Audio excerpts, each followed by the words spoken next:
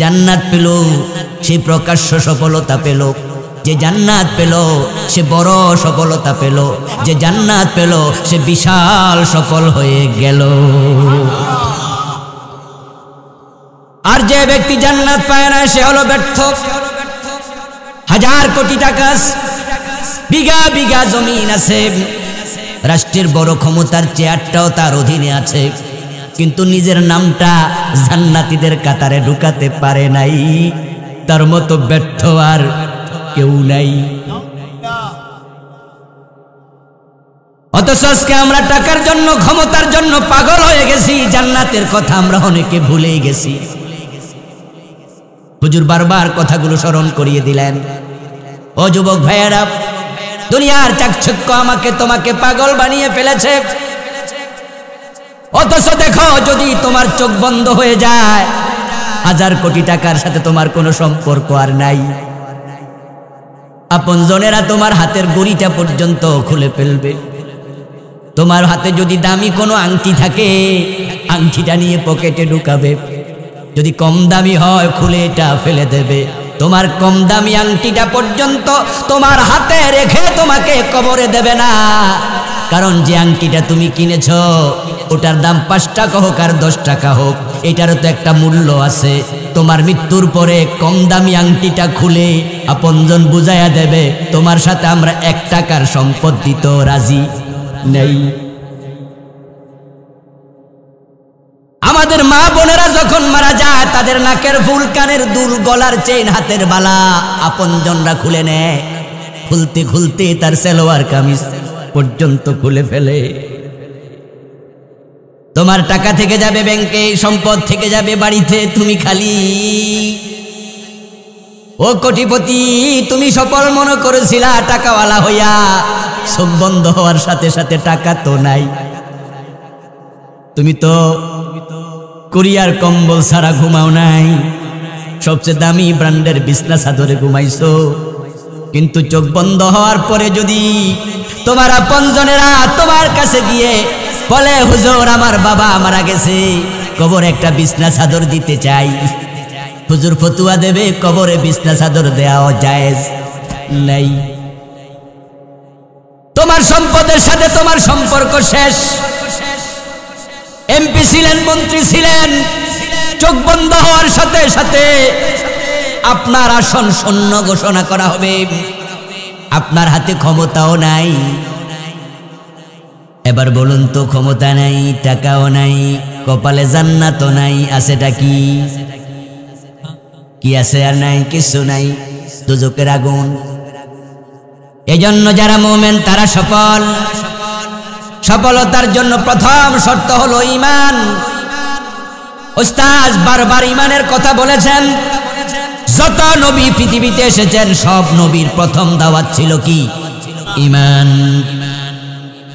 আমার বন্ধু, যার ঈমান নাই, ওই ব্যক্তির কপালে জান্নাত নাই। আর যার জান্নাত নাই, তার কপালে সফলতাও নাই। ঈমানবিহীন ব্যক্তি এতটাই ব্যর্থ, সে যদি নবীর বাবা হয়, ছেলে নবী, কাফের বাবার কোনো উপকারে আসবে না। ইব্রাহিম আলাইহিস সালামের বাবা আজর, আওয়াজ দিয়ে বলুন তো, জান্নাতি না জাহান্নামী? নূহ নবীর ছেলে কেনান, জান্নাতি না জাহান্নামী? দেখেন লক্ষ্য করে, নবীর ছেলে কেনান ঈমান নাই, তাই বাবা নবী হইয়াও ছেলের কোনো লাভ নাই। ও প্রিয় ভাই, যদি আপনার ঈমান না থাকে, আপনার বাবাও কাজে লাগবে না, বাবা নবী হয়ে কি লাভ? আর আমরা তো মনে করি পীর সাহেবের ছেলে হলে, পীর সাহেবের মুরিদ হইল আমাদের নাজাত মিলে যাবে। তাই তো তোরা কাঁদি নিয়ে গান গায়, আছেন আমার মুক্তার, আছেন আমার ব্যারিস্টার, শেষ বিচারের হাইকোর্টেতে তিনি আমায় করবেন পার, আমি পাপী তিনি জামিনদার, টুনটুনা টুনটুন। এ জাতীয় দোতরা বাজানোর লোক বাংলাদেশে আছে না নাই? কি ভাবতেছে উনি? পীর সাহেব হুজুর কইছে, তোরা ছাড়া আমি জান্নাতে যাবো না। এজন্য উনি এত খুশি, নামাজ কালাম লাগবে না, ভণ্ডামি করে বেড়াচ্ছে, মুছে তেল দেয়, জান্নাতের কাঁঠাল খাবে কষ যেন। কি মজা, উনি আমায় করবে ফার, আমি বাপি, তিনি জামিনদার। তুমি ভুলের মাঝে আসো, ভুলের মাঝে আসো। আপন চাচা আবু তালেবকে জান্নাতে নিতে পারবেন না। অথচ আবু তালেব রাসূল সাল্লাল্লাহু আলাইহি ওয়াসাল্লামকে 42টা বছর বটগাছের মতো ছায়া দিছে। প্রিয় নবীর জন্মের আগে বাবা নাই, 5 বছর বয়সে মা নাই, 8 বছর বয়সে দাদা নাই। আল্লাহর হাবিব সবাইকে হারাইয়া চাচা আবু তালেবের কোলে আশ্রয় নিছে। রাসূলুল্লাহর বয়স যখন 50, আবু তালেব তখন মারা যায়। এই 42টা বছর ভাতিজা মুহাম্মদকে নিজে আগলায়া রাখছে, কোলে পিঠে করে মানুষ করেছে। কাফেররা যখন প্রিয় নবীকে শিবে আবি তালেবের বন্দিশালায় বন্দি করেছে, 3 বছর জেলখানায় ঢুকায়া রাখছে। আবু তালেব প্রিয় ভাতিজাকে আলাদা রেখে থাকেন নাই, স্বেচ্ছায় নিজেও রাসূলের সাথে জেল খাটছে। বরং ইসলামের ইতিহাসে পাওয়া যায় রাতের বেলায় রাসূলুল্লাহ সাল্লাল্লাহু আলাইহি ওয়াসাল্লামের বিছানায় মাঝে মাঝে আবু তালেব গিয়ে ঘুমাতো। রাত্রি গভীর হলে বলতো, ভাতিজা তুমি আমার বিছানায় ঘুমাও, আমি তোমার বিছানায় ঘুমাবো। প্রিয় নবী প্রশ্ন করতেন, চাচা এ রাতের বেলায় ডিস্টার্ব করতে আসছো কেন? তখন চাচা আবু তালেব জবাব দিত, আজকে তুমি ঘুমানোর সময় বাতি জ্বালানো ছিল, দূর থেকে কোনো দুশ্মন লক্ষ্য করে বর্ষা মারতে পারে, তীর মারতে পারে, তাই তুমি আমার বিছানায় চলে যাও। ও চাচা, তীর যদি মারে ওটা তো তোমার গায়ে পড়বে। আবু তালেব জবাব দিতেন, আমি মরতে রাজি, তোরে মরতে দিতে পারি না। قال النبي صلى الله عليه وسلم هون أهل النار عذابا أبو طالب وهو منتعل بنعلين ইয়াগলি মিনহুমা দিমাগুহু। প্রিয় নবী বলছেন, সহিহ বুখারীতে এসেছে, আবু তালেবের পায়ের তলায় জাহান্নামের আগুন দিয়া 2টা স্যান্ডেল বানিয়ে দেয়া হবে। ওই 2টার উত্তাপে আবু তালেবের মাথার মগজ টকবক করে ছিটতে থাকবে আবাদুল আবাদ। আবু তালেব কখনো জান্নাত পাবে না। বিশ্বনবীর মতো মহামানব সাসার কোনো উপকারে আসলো না, জান্নাতে নিতে পারলো না, কারণ আবু তালেবের ঈমান নাই। যার ঈমান নাই তার কপালে সফলতাও নাই। তাই জান্নাতে যেতে হলে ঈমান দরকার, আছে না নাই? 1 নম্বর ঈমান, ঈমান লাগবেই। কিন্তু আজকের বাংলাদেশে ঈমানের সবচেয়ে বেশি কমতি, সবচেয়ে বেশি ঘাটতি দেখা দিয়েছে। নামাজওয়ালা আছে, রোজাওয়ালা আছে, হজওয়ালা আছে, কিন্তু ঈমানওয়ালা কমে গেছে। মানুষ কথায় কথায় ঈমান হারাচ্ছে। قال النبي صلى الله عليه وسلم إن العبد لا يتكلم بالكلمة من سخط الله لا يلقي لها بالا يهوي بها في جهنم। প্রিয় নবী 1400 বছর আগে বলে গেছেন, বান্দা এমন কথা বলবে যেই কথাটা গুরুত্বহীন ভাবে বলেছিল, সিরিয়াসলি বলে নাই, কিন্তু কথাটা ছিল কুফরি কালাম। ওই কথার কারণে আল্লাহ তাকে জাহান্নামের মাঝখানে ফেলে দেবে, অথচ সে বুঝবেই না ওই কথার কারণে সে কাফের হয়ে গেছে। লা ইউলকি লাহা বালা, সে এর প্রতি গুরুত্ব দেয় নাই, খামখেয়ালি করে বলেছে, অথচ ঈমান চলে গেছে। মিন সাখাতিল্লাহ, আল্লাহ তার উপর নারাজ হয়ে গেছে। এমন কাজ সে করেছে যে কাজের কারণে ঈমান চলে গেছে। মানুষ ঈমান হারাবে সবচেয়ে বেশি, কারণ শেষ জামানায় ঈমান নিয়ে আলোচনা হবে কম। নামাজের ওয়াজ আছে, রোজার ওয়াজ আছে, হজের ওয়াজ আছে, যাকাতের ওয়াজ আছে, কিন্তু ঈমানের ওয়াজ কমে গেছে। আমরা নামাজ কেমনে ভাঙে তা জানি, রোজা কেমনে ভাঙে তা জানি, ওযু কেমনে ভাঙে তা জানি, কিন্তু ঈমান কেমনে ভাঙে এটা জানে কয়জন? অথচ আল্লাহ নিজে কোরআনে কি বলেছেন, ইন্নাল্লাযীনা আমানু সুম্মা কাফারু সুম্মা আমানু সুম্মা কাফারু সুম্মা আমানু সুম্মা কাফারু সুম্মা ইজদাদু কুফরা লাম ইয়াকুনিল্লাহু লিয়াগফিরা লাহুম। নিশ্চয়ই কিছু মানুষ ঈমান আনবে, আবার কুফরি করবে, আবার ঈমান আনবে, আবার কুফরি করবে, তারপরে কুফরিতে সীমা লঙ্ঘন করতে করতে মরে যাবে। এমন লোকের ক্ষমা নাই। এই আয়াত দিয়ে বোঝা যায় ঈমান আনার পরেও অনেক মানুষ কুফরি করবে।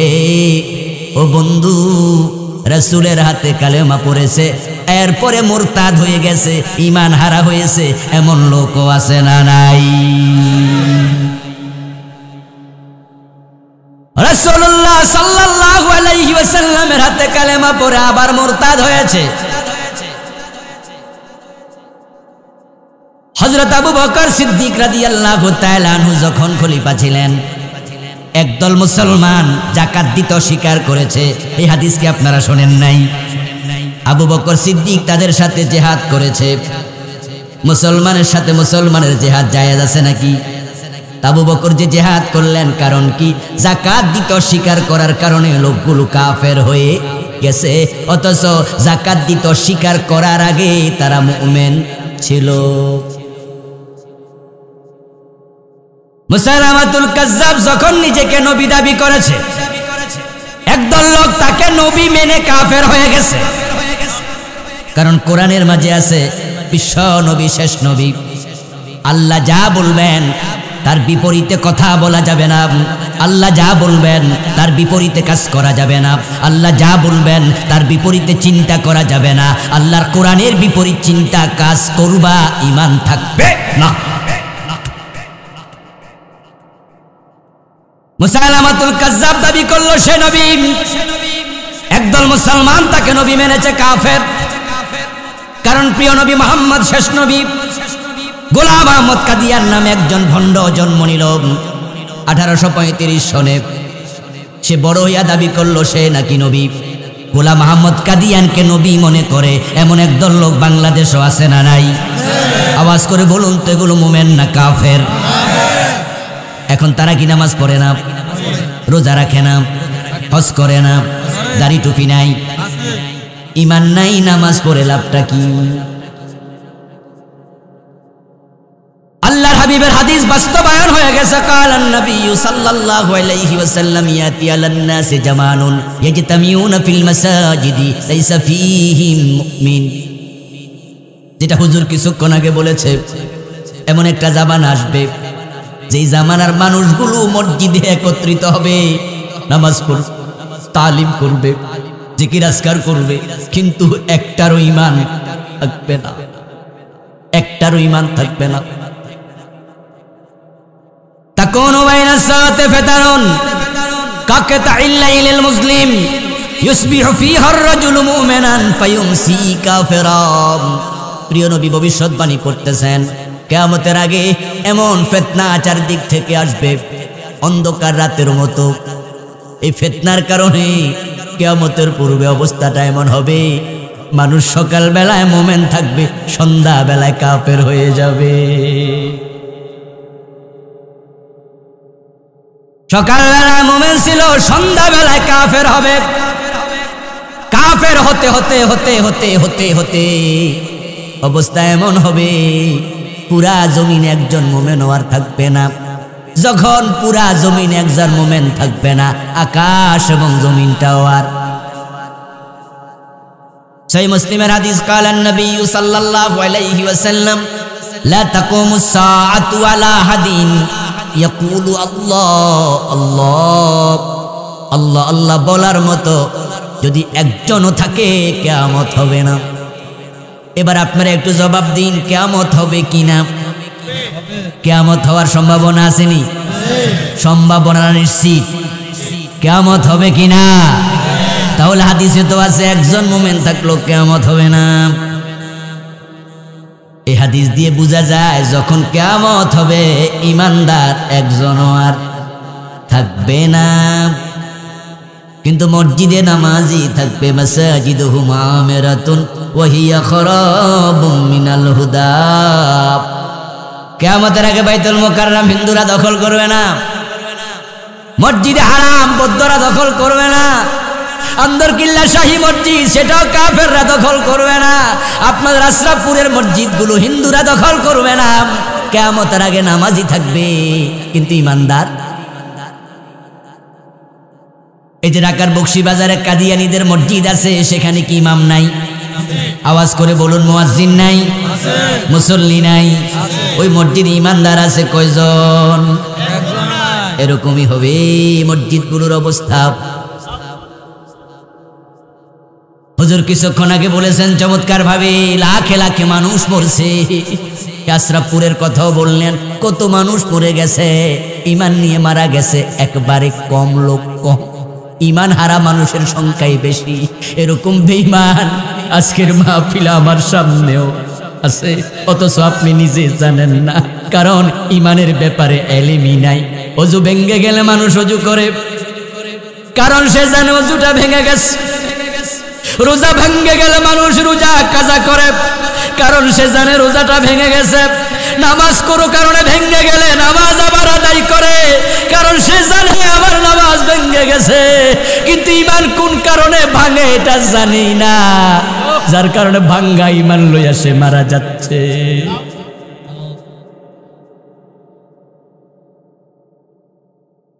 ও মুসলমান, দেশটা যখন স্বাধীন হয় 1971 সনে, এই দেশে মানুষ ছিল 7.5 কোটি।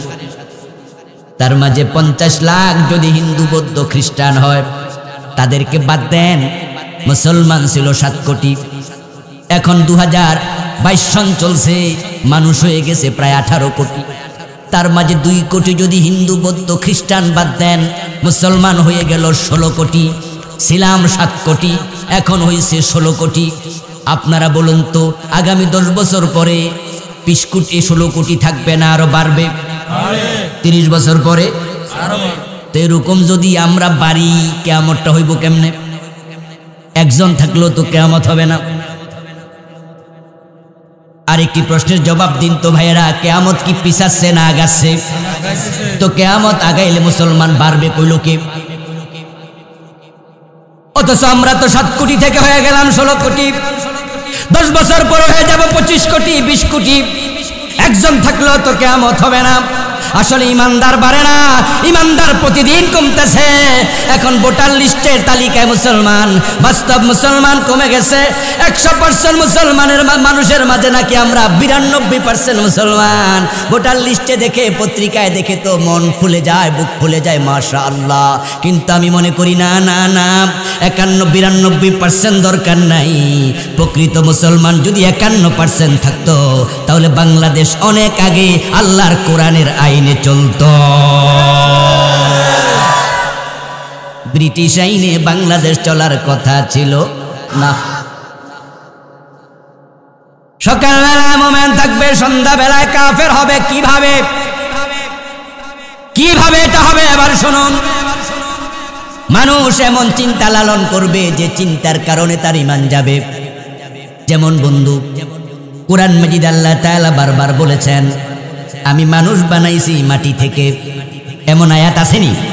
কথা বলতে হবে, আছে? লাকাদ খালাকনাল ইনসানা মিন সুলালাতিন মিন তিনিল লাযিব মিন সালসালিন কাল ফাখার মিন হামাইম মাসনুন। আল্লাহ বারবার বলে আমি মানুষ বানাইছি মাটি থেকে। কিন্তু ইদানিং কিছু শিক্ষিত লোক বাইর হইছে, তারা বলে মানুষ হইছে বানর থেকে। এই চিন্তার নাম হলো বিবর্তনবাদ। এটার উদ্ভাবক ছিল মিস্টার ডারউইন। ওই ডারউইন মিয়া কইছে মানুষের পূর্ব বংশ ছিল বানর, মানুষ বানর থেকে হয়েছে। আর আমার আল্লাহ বলে মানুষের পূর্বপুরুষ হলো আদম, আদম মাটি থেকে হয়েছে। যদি বানর থেকে মানুষ হয়, এই চিন্তা তুমি লালন করো। কোরআনের সাথে মিল না বেমিল? কোরআনের সাথে চিন্তার যখন বেমিল হবে, ঈমান আর থাকবে না। মানুষ কেমনে কাফের হবে? এই কোরআন মাজিদের বিসমিল্লাহর বা থেকে মিনাল জিন্নাতি ওয়ান নাসের সিন পর্যন্ত যতগুলো হরফ আছে, যতগুলো বিধান আছে, মেসেজ আছে, সবগুলো একসাথে বিশ্বাস করার নাম হলো ঈমান। কেউ যদি বলে আমি এক অক্ষর বিশ্বাস করি না, ঈমান আছে না গেছে? সবটা মানার নাম ঈমান। মানি নাই শব্দ বলার কোনো সুযোগ? আরে মানবো কি মানবো না, এরকম একটু ভাবনা চিন্তা কইরা বলবো, তাও তুমি কাফের। কারণ মুমিন যে হবে সে বলবে ক্বালু সামিনা ওয়া আতানা, শুনলাম এবং মানলাম। শুনলাম, আচ্ছা মানবো কিনা একটু ভাবি, তুমি মুমিন। এই কথাটা আমার নয়, এটা কোরআনের কথা। আল্লাহ বলছেন মা কানা লিল মুমিনিন ওয়ালা মুমিনাতিন ইযা কাদাল্লাহু ওয়া রাসূলুহু আমরান আইয়াকুনা লাহুমুল খিয়ারাতু মিন আমরিহিম। আল্লাহ বলছেন, আল্লাহ তাআলা বলছেন ক্বাদ আফলাহাল মুমিনুন, নিশ্চিতভাবে যারা মুমিন তারা সফল হয়ে গেছে। সুবহানাল্লাহ। মুমিনদের সফলতার ঘোষণা দিচ্ছেন কে? যারা মুমিন তারা সফল হবে না সফল হয়ে গেছে? ঈমান আনাটাই সফলতা। আর ঈমান ছাড়া কি মুমিন হওয়া যায়? তাহলে মুমিন হওয়া এটাই তো সফলতার নাম। কারণ ঈমান নিয়ে মরবে আর আল্লাহর জান্নাতের মেহমান হবে, তাতে কোনো সন্দেহ নেই। যারা মুমিন তারা সফল। অথচ আজকের পৃথিবীতে আমরা দেখি বাহ্যিকভাবে মুমিনরা মাজলুম। সফলতা মনে হয় যেন বাহ্যিকভাবে কাফেরদের হাতেই। কারণ পৃথিবীর সবচেয়ে বড় ধনী মানুষ উইলিয়াম বিল গেটস, সে হলো কাফের। তাহলে অর্থনৈতিক জীবনে যারা সফল, বিল গেটস তাদের লিডার। দুনিয়ার দিকে তাকালে আমরা দেখি আমেরিকার প্রেসিডেন্ট জো বাইডেন রাজনৈতিক জীবনে সবচেয়ে সফল। জো বাইডেনও মুসলিম নয়। তাহলে অর্থের মালিক কাফের, ক্ষমতার মালিক কাফের, অথচ আল্লাহর ঘোষণা সফলকে মুমিন। আমরা তো মনে করি যার টাকা আছে সেই সফল মানুষ, যার হাতে ক্ষমতা আছে সেই সফল মানুষ। এই জন্য মুসলমানের সন্তানেরাও এখন ক্ষমতা এবং টাকার পিছনে পাগলের মতো দৌড়াচ্ছে। দুটা তিনটা চারটা পাঁচটা ইন্ডাস্ট্রির মালিক, মোবাইল দুই হাতে দুটা রিসিভ করো কুলাতে পারে না, তাই ভিএসের হাতেও থাকে দুইটা। সবুজ টেলিফোন, লাল টেলিফোন, সাদা টেলিফোন, কোনটা অগ্রাধিকার দিয়ে গ্রহণ করবে, রিসিভ করবে, তাই কালার ভিন্ন ভিন্ন রেখেছে। নাম্বারও ভিন্ন ভিন্নদেরকে, ভিআইপিদেরকে একটা দেয়, নন ভিআইপিকে আরেকটা দেয়। এত ব্যস্ত নামাজ পড়ার সময়ও পায় না। ইন্ডাস্ট্রি আরো 2-4টা বানাতে হবে। টাকার জন্য পাগল হয়ে গেছে। রমজানের শেষ দশকে মানুষ মসজিদে ইতিকাফে যায়, আল্লাহর বান্দারা উমরা করার জন্য মক্কায় চলে যায়, আল্লাহর বান্দারা কদর তালাশের জন্য নামাজে দাঁড়ায়া যায়। আর শেষ দশকে শুধু ব্যবসায়িক কারণে ফরজ এশার নামাজটাও পড়ে না, এমন লোক মুসলমানের মাঝেও আছে না নাই? ইতিকাফ দূরের কথা, কদর তালাশ দূরের কথা। শেষ দশকের উমরার ফজিলত পাওয়ার জন্য মক্কায় যাওয়া দূরের কথা, সে ফরজ নামাজটা পড়ার টাইমও তার হাতে নাই। ও বন্ধু, রমজানের আগে চাঁদ রাতে যায় দেখবেন বাজারগুলোতে দোকান সারা রাত খোলা। বাংলাদেশের সবে কদর মানুষ মনে করে 27তম রাত, তবে 27তম রাতের আলাদা স্পেশালিটি আছে। বাংলাদেশের মসজিদগুলোতে 27তম রাতে কোরআন খতম হয় তারাবির নামাজে, তাই সেদিন স্পেশাল মুনাজাত হয়। তাই লোকেরা কদর তালাশে ব্যস্ত। আর কিছু লোক দেখবেন সারা রাত দোকান খুলেছে, ওই লোকটা মসজিদে যাওয়ার কোনো সুযোগই পায় নাই, সে টাকা কামাইতে ব্যস্ত। বাজারে গেলে দেখবেন সারা রাত দোকান খোলা কদরের রাতেও। আমার ভাইরা, কেউ মনে করছে টাকার মাঝে সফলতা আছে, কেউ মনে করছে ক্ষমতার মাঝে সফলতা আছে। তাই মেম্বার হওয়ার জন্য, চেয়ারম্যান হওয়ার জন্য, এমপি হওয়ার জন্য এত পাগল হয়ে গেছে। যদি কাউকে পথের কাঁটা মনে করে, শুধু এমপি হওয়ার জন্য, নেতা হওয়ার জন্য নিজের দলের লোককে পর্যন্ত লোক লাগাইয়া গুলি করে মার্ডার করে, এমনও আছে না নাই? সফলতা চাই, ক্ষমতা লাগবে। কদ আফলাহাল মুমিনুন, আল্লাহ বলছে মুমিনরা সফল। অথচ আজকের পৃথিবীতে আমরা তাকালে দেখি Bosnia, Chechnya, Somalia, Kashmir, Algeria, ফিলিস্তিন, ইয়ামান, সিরিয়া, গুজরাট, মায়ানমার, মুসলমান যেখানে মাইর খায় সেখানে মুসলমানদের উপর নির্যাতনের স্ট্রিম রোলার চলছে।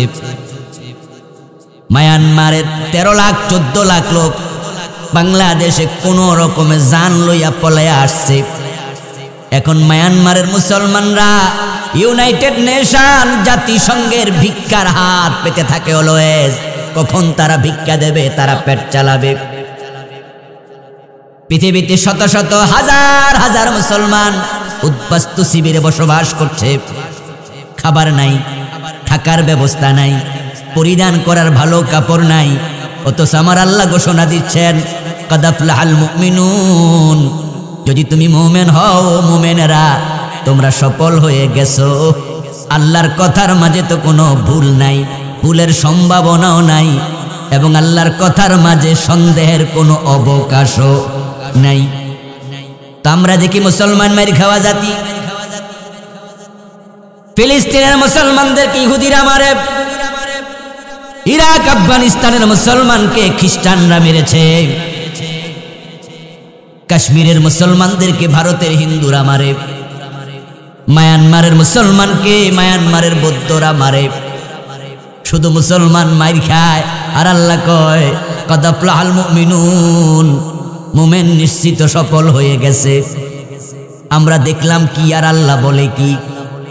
বলুন তো, আমাদের দেখা ঠিক না আল্লাহর কথা ঠিক?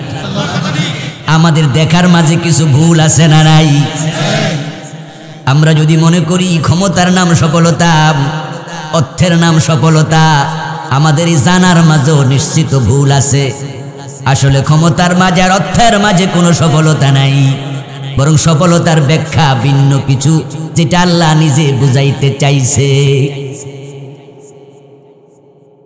এজন্য হযরত ওমর রাদিয়াল্লাহু তাআলা আনহু বলেছিলেন, মান ইতাজ্জা বিমাকানিহি ফালিয়ানজুর ইলা ফিরআউন ওয়া মান ইতাজ্জা বিমালিহি ফালিয়ানজুর ইলা কারুন। ও দুনিয়ার মানুষ, তোমরা যদি মনে করো টাকার মাঝে সফলতা আছে, তাহলে তোমরা কারুনের দিকে তাকাও।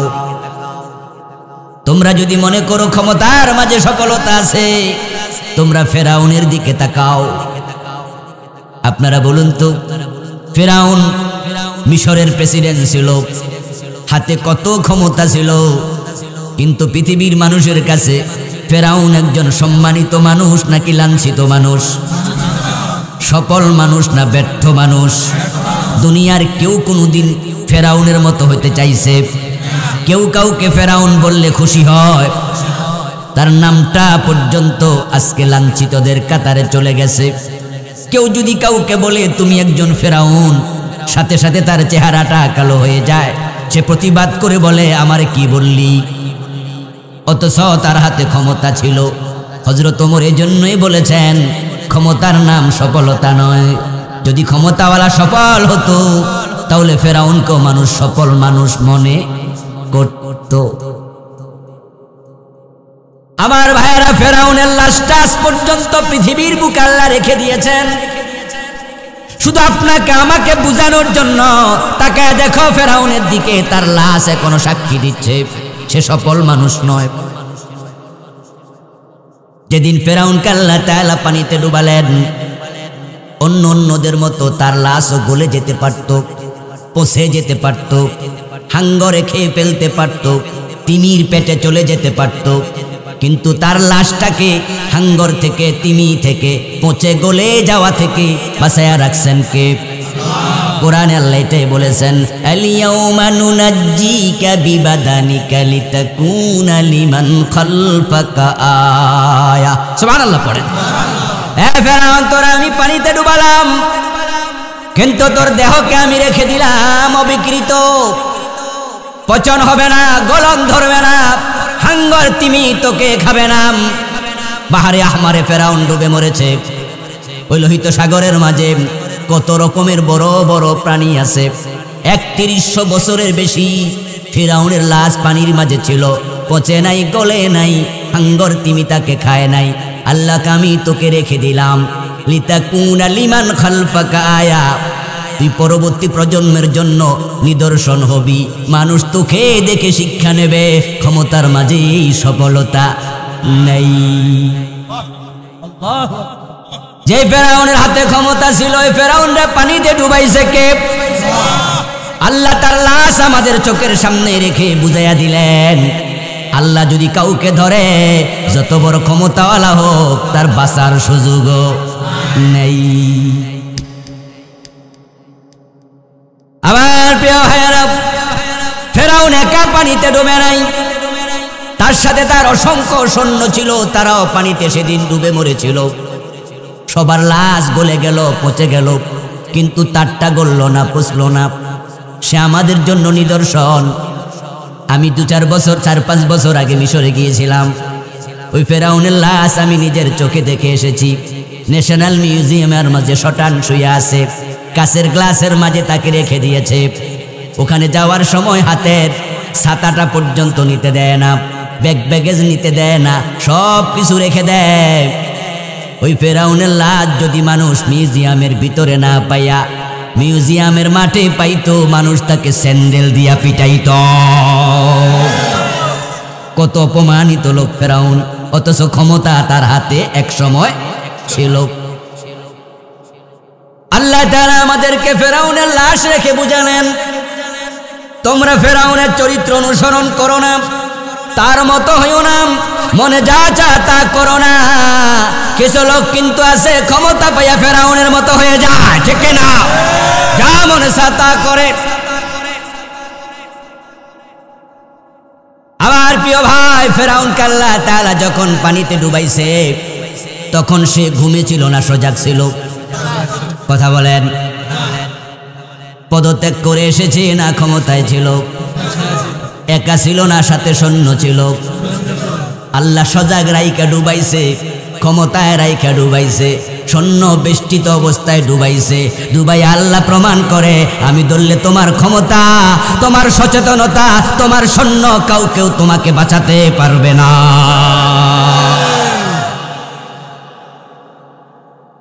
তাই সাবধান হয়ে জীবনে চলবেন।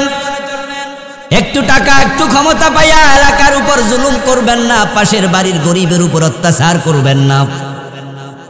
একটু টাকাওয়ালা হলে আপনজনকে ভুলে যাবেন না। একটু ক্ষমতা, টাকার স্বাদ পাইয়া অহংকারী হয়ে যাবেন না। আমার রব যদি ধরে, ফেরাউনের মতো ডুবানোর ক্ষমতা আপনাকেও আল্লাহর আছে না নাই? হযরত ওমর বলে, মান ইতাজ্জা বিমালিহি ফালইয়ানজুর ইলা কারুন।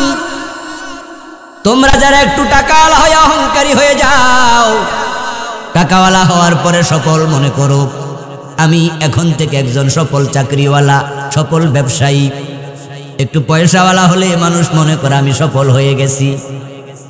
বাপ মরে গেছে ছোটবেলায়, মা মানুষের বাড়িতে কামকাজ করে সন্তান পালছে, তারপরে আস্তে করে কুমিল্লা ভিক্টোরিয়া কলেজ থেকে ইন্টারমিডিয়েট পাস, ঢাকা ইউনিভার্সিটি থেকে অনার্স মাস্টার্স কমপ্লিট, বিসিএস ক্যাডারে চাকরি হয়ে গেছে।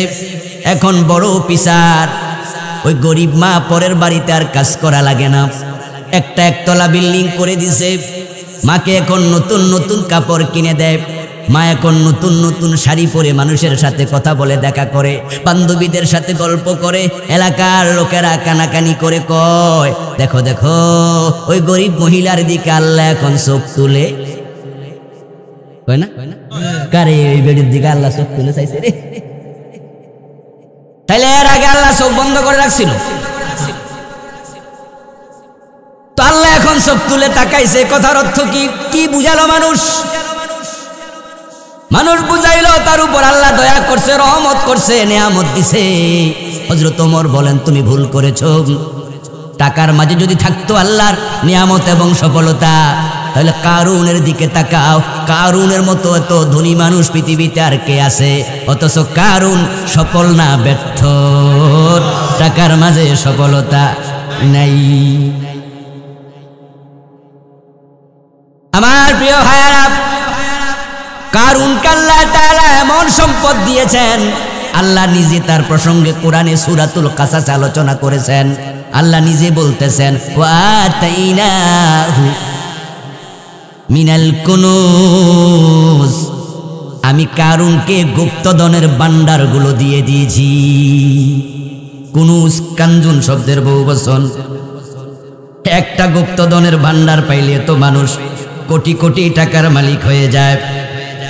আর কারুন পেয়েছিল গুপ্তধনের ভান্ডারগুলো।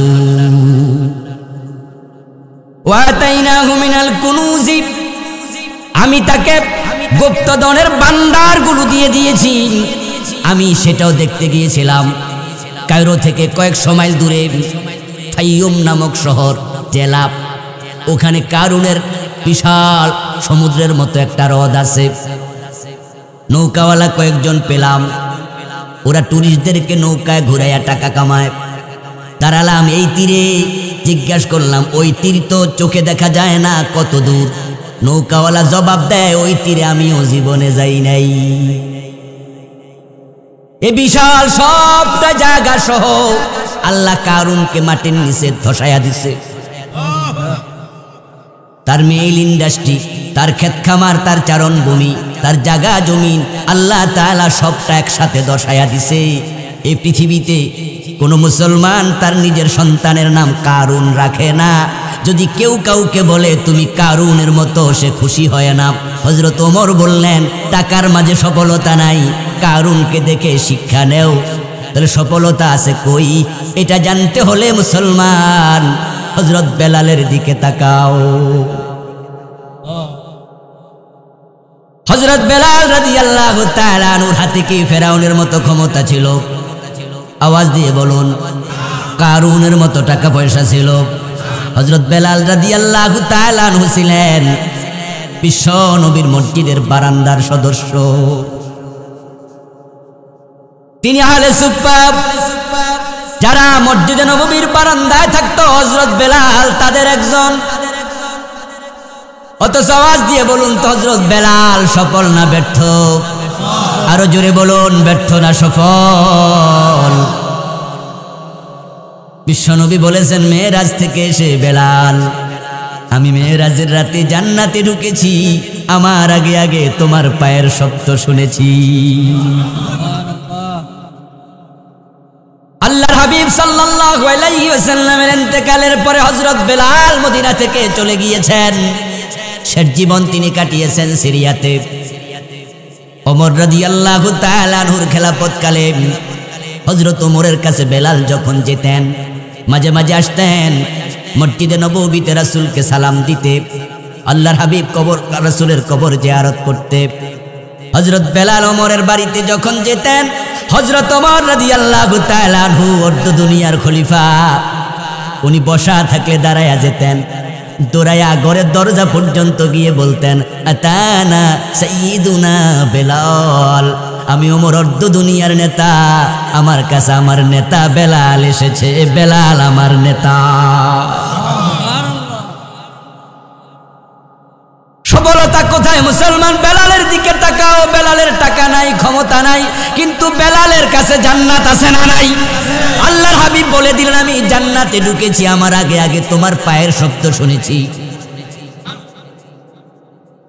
সফলতা কোথায় আছে? আল্লাহ নিজে বলতেছেন, ফামান যুহজিহা আনিন নারি ওয়া উদখিলাল জান্নাতা ফাকাদ ফাজ, যাকে জাহান্নাম থেকে নিষ্কৃতি দেয়া হলো এবং জান্নাতে যাওয়ার অনুমতি দেয়া হলো, আল্লাহ বলেন সেই ব্যক্তিটাই সফল হয়ে গেল। জান্নাতের আলোচনা বিভিন্ন জায়গায় আল্লাহ তাআলা কোরআন মাজিদের করেছেন। করে কিছু কিছু জায়গায় আল্লাহ বলছেন, যালিকাল ফাউজুল কবীর, যালিকাল ফাউজুল আযীম, যালিকাল ফাউজুল মুবিন। যে জান্নাত পেল, সেই প্রকাশ্য সফলতা পেল, যে জান্নাত পেল সে বড় সফলতা পেল, যে জান্নাত পেল সে বিশাল সফল হয়ে গেল। আর যে ব্যক্তি জান্নাত পায় না সে হলো ব্যর্থ। হাজার কোটি টাকা, বিঘা বিঘা জমিন আছে, রাষ্ট্রের বড় ক্ষমতার চেয়ারটাও তার অধীনে আছে, কিন্তু নিজের নামটা জান্নাতীদের কাতারে ঢুকাতে পারে নাই। তার মতো ব্যর্থ আর কেউ নাই। অথচ আজকে আমরা টাকার জন্য, ক্ষমতার জন্য পাগল হয়ে গেছি, জান্নাতের কথা আমরা অনেকে ভুলেই গেছি। হুজুর বারবার কথাগুলো স্মরণ করিয়ে দিলেন। ও যুবক ভাইয়েরা, দুনিয়ার চাকচিক্য আমাকে তোমাকে পাগল বানিয়ে ফেলেছে। অথচ দেখো, যদি তোমার চোখ বন্ধ হয়ে যায়, হাজার কোটি টাকার সাথে তোমার কোনো সম্পর্ক আর নাই। আপনজনেরা তোমার হাতের গড়িটা পর্যন্ত খুলে ফেলবে। তোমার হাতে যদি দামি কোনো আংটি থাকে, আংটিটা নিয়ে পকেটে ঢুকাবে। যদি কম দামি হয়, খুলে এটা ফেলে দেবে। তোমার কম দামি আংটিটা পর্যন্ত তোমার হাতে রেখে তোমাকে কবরে দেবে না। কারণ যে আংটিটা তুমি কিনেছ, ওটার দাম 5 টাকা হোক আর 10 টাকা হোক, এটারও তো একটা মূল্য আছে। তোমার মৃত্যুর পরে কম দামি আংটিটা খুলে আপনজন বুঝাইয়া দেবে, তোমার সাথে আমরা 1 টাকার সম্পদ দিতে রাজি নেই। আমাদের মা বোনেরা যখন মারা যায়, তাদের নাকের ফুল, কানের দুল, গলার চেইন, হাতের বালা আপনজনরা খুলে নেয়। খুলতে খুলতে তার সালোয়ার কামিজ পর্যন্ত খুলে ফেলে। তোমার টাকা থেকে যাবে ব্যাংকে, সম্পদ থেকে যাবে বাড়িতে, তুমি খালি। ও কোটিপতি, তুমি সফল মনে করেছিলা টাকাওয়ালা হইয়া, চোখ বন্ধ হওয়ার সাথে সাথে টাকা তো নাই। তুমি তো কোরিয়ার কম্বল ছাড়া ঘুমাও নাই, সবচেয়ে দামি ব্র্যান্ডের বিছনা চাদরে ঘুমাইছো। কিন্তু চোখ বন্ধ হওয়ার পরে যদি তোমার আপনজনেরা তোমার কাছে গিয়ে বলে, হুজুর আমার বাবা মারা গেছে, কবরে একটা বিছনা চাদর দিতে চাই, হুজুর ফতুয়া দেবে কবরে বিছনা চাদর দেওয়া জায়েজ নাই। তোমার সম্পদের সাথে তোমার সম্পর্ক শেষ। এমপি ছিলেন, মন্ত্রী ছিলেন, চোখ বন্ধ হওয়ার সাথে সাথে আপনার আসন শূন্য ঘোষণা করা হবে। আপনার হাতে ক্ষমতাও নাই। এবার বলুন তো, ক্ষমতা নাই, টাকাও নাই, কপালে জান্নাতও নাই, আছেটা কি? কি আছে? আর নাই, কিছু নাই, দুজকের আগুন। এজন্য যারা মুমিন তারা সফল। সফলতার জন্য প্রথম শর্ত হলো ঈমান। উস্তাদ বারবার ঈমানের কথা বলেছেন। যত নবী পৃথিবীতে এসেছেন, সব নবীর প্রথম দাওয়াত ছিল কি? ঈমান। আমার বন্ধু, যার ঈমান নাই, ওই ব্যক্তির কপালে জান্নাত নাই। আর যার জান্নাত নাই, তার কপালে সফলতাও নাই। ঈমানবিহীন ব্যক্তি এতটাই ব্যর্থ, সে যদি নবীর বাবা হয়, ছেলে নবী, কাফের বাবার কোনো উপকারে আসবে না। ইব্রাহিম আলাইহিস সালামের বাবা আজর, আওয়াজ দিয়ে বলুন তো, জান্নাতি না জাহান্নামী? নূহ নবীর ছেলে কেনান, জান্নাতি না জাহান্নামী? দেখেন লক্ষ্য করে, নবীর ছেলে কেনান ঈমান নাই, তাই বাবা নবী হইয়াও ছেলের কোনো লাভ নাই। ও প্রিয় ভাই, যদি আপনার ঈমান না থাকে, আপনার বাবাও কাজে লাগবে না, বাবা নবী হয়ে কি লাভ? আর আমরা তো মনে করি পীর সাহেবের ছেলে হলে, পীর সাহেবের মুরিদ হইল আমাদের নাজাত মিলে যাবে। তাই তো তোরা কাঁদি নিয়ে গান গায়, আছেন আমার মুক্তার, আছেন আমার ব্যারিস্টার, শেষ বিচারের হাইকোর্টেতে তিনি আমায় করবেন পার, আমি পাপী তিনি জামিনদার, টুনটুনা টুনটুন। এ জাতীয় দোতরা বাজানোর লোক বাংলাদেশে আছে না নাই? কি ভাবতেছে উনি? পীর সাহেব হুজুর কইছে, তোরা ছাড়া আমি জান্নাতে যাবো না। এজন্য উনি এত খুশি, নামাজ কালাম লাগবে না, ভণ্ডামি করে বেড়াচ্ছে, মুছে তেল দেয়, জান্নাতের কাঁঠাল খাবে কষ যেন। কি মজা, উনি আমায় করবে ফার, আমি বাপি, তিনি জামিনদার। তুমি ভুলের মাঝে আসো, ভুলের মাঝে আসো। আপন চাচা আবু তালেবকে জান্নাতে নিতে পারবেন না। অথচ আবু তালেব রাসূল সাল্লাল্লাহু আলাইহি ওয়াসাল্লামকে 42টা বছর বটগাছের মতো ছায়া দিছে। প্রিয় নবীর জন্মের আগে বাবা নাই, 5 বছর বয়সে মা নাই, 8 বছর বয়সে দাদা নাই। আল্লাহর হাবিব সবাইকে হারাইয়া চাচা আবু তালেবের কোলে আশ্রয় নিছে। রাসূলুল্লাহর বয়স যখন 50, আবু তালেব তখন মারা যায়। এই 42টা বছর ভাতিজা মুহাম্মদকে নিজে আগলায়া রাখছে, কোলে পিঠে করে মানুষ করেছে। কাফেররা যখন প্রিয় নবীকে শিবে আবি তালেবের বন্দিশালায় বন্দি করেছে, 3 বছর জেলখানায় ঢুকায়া রাখছে। আবু তালেব প্রিয় ভাতিজাকে আলাদা রেখে থাকেন নাই, স্বেচ্ছায় নিজেও রাসূলের সাথে জেল খাটছে। বরং ইসলামের ইতিহাসে পাওয়া যায় রাতের বেলায় রাসূলুল্লাহ সাল্লাল্লাহু আলাইহি ওয়াসাল্লামের বিছানায় মাঝে মাঝে আবু তালেব গিয়ে ঘুমাতো। রাত্রি গভীর হলে বলতো, ভাতিজা তুমি আমার বিছানায় ঘুমাও, আমি তোমার বিছানায় ঘুমাবো।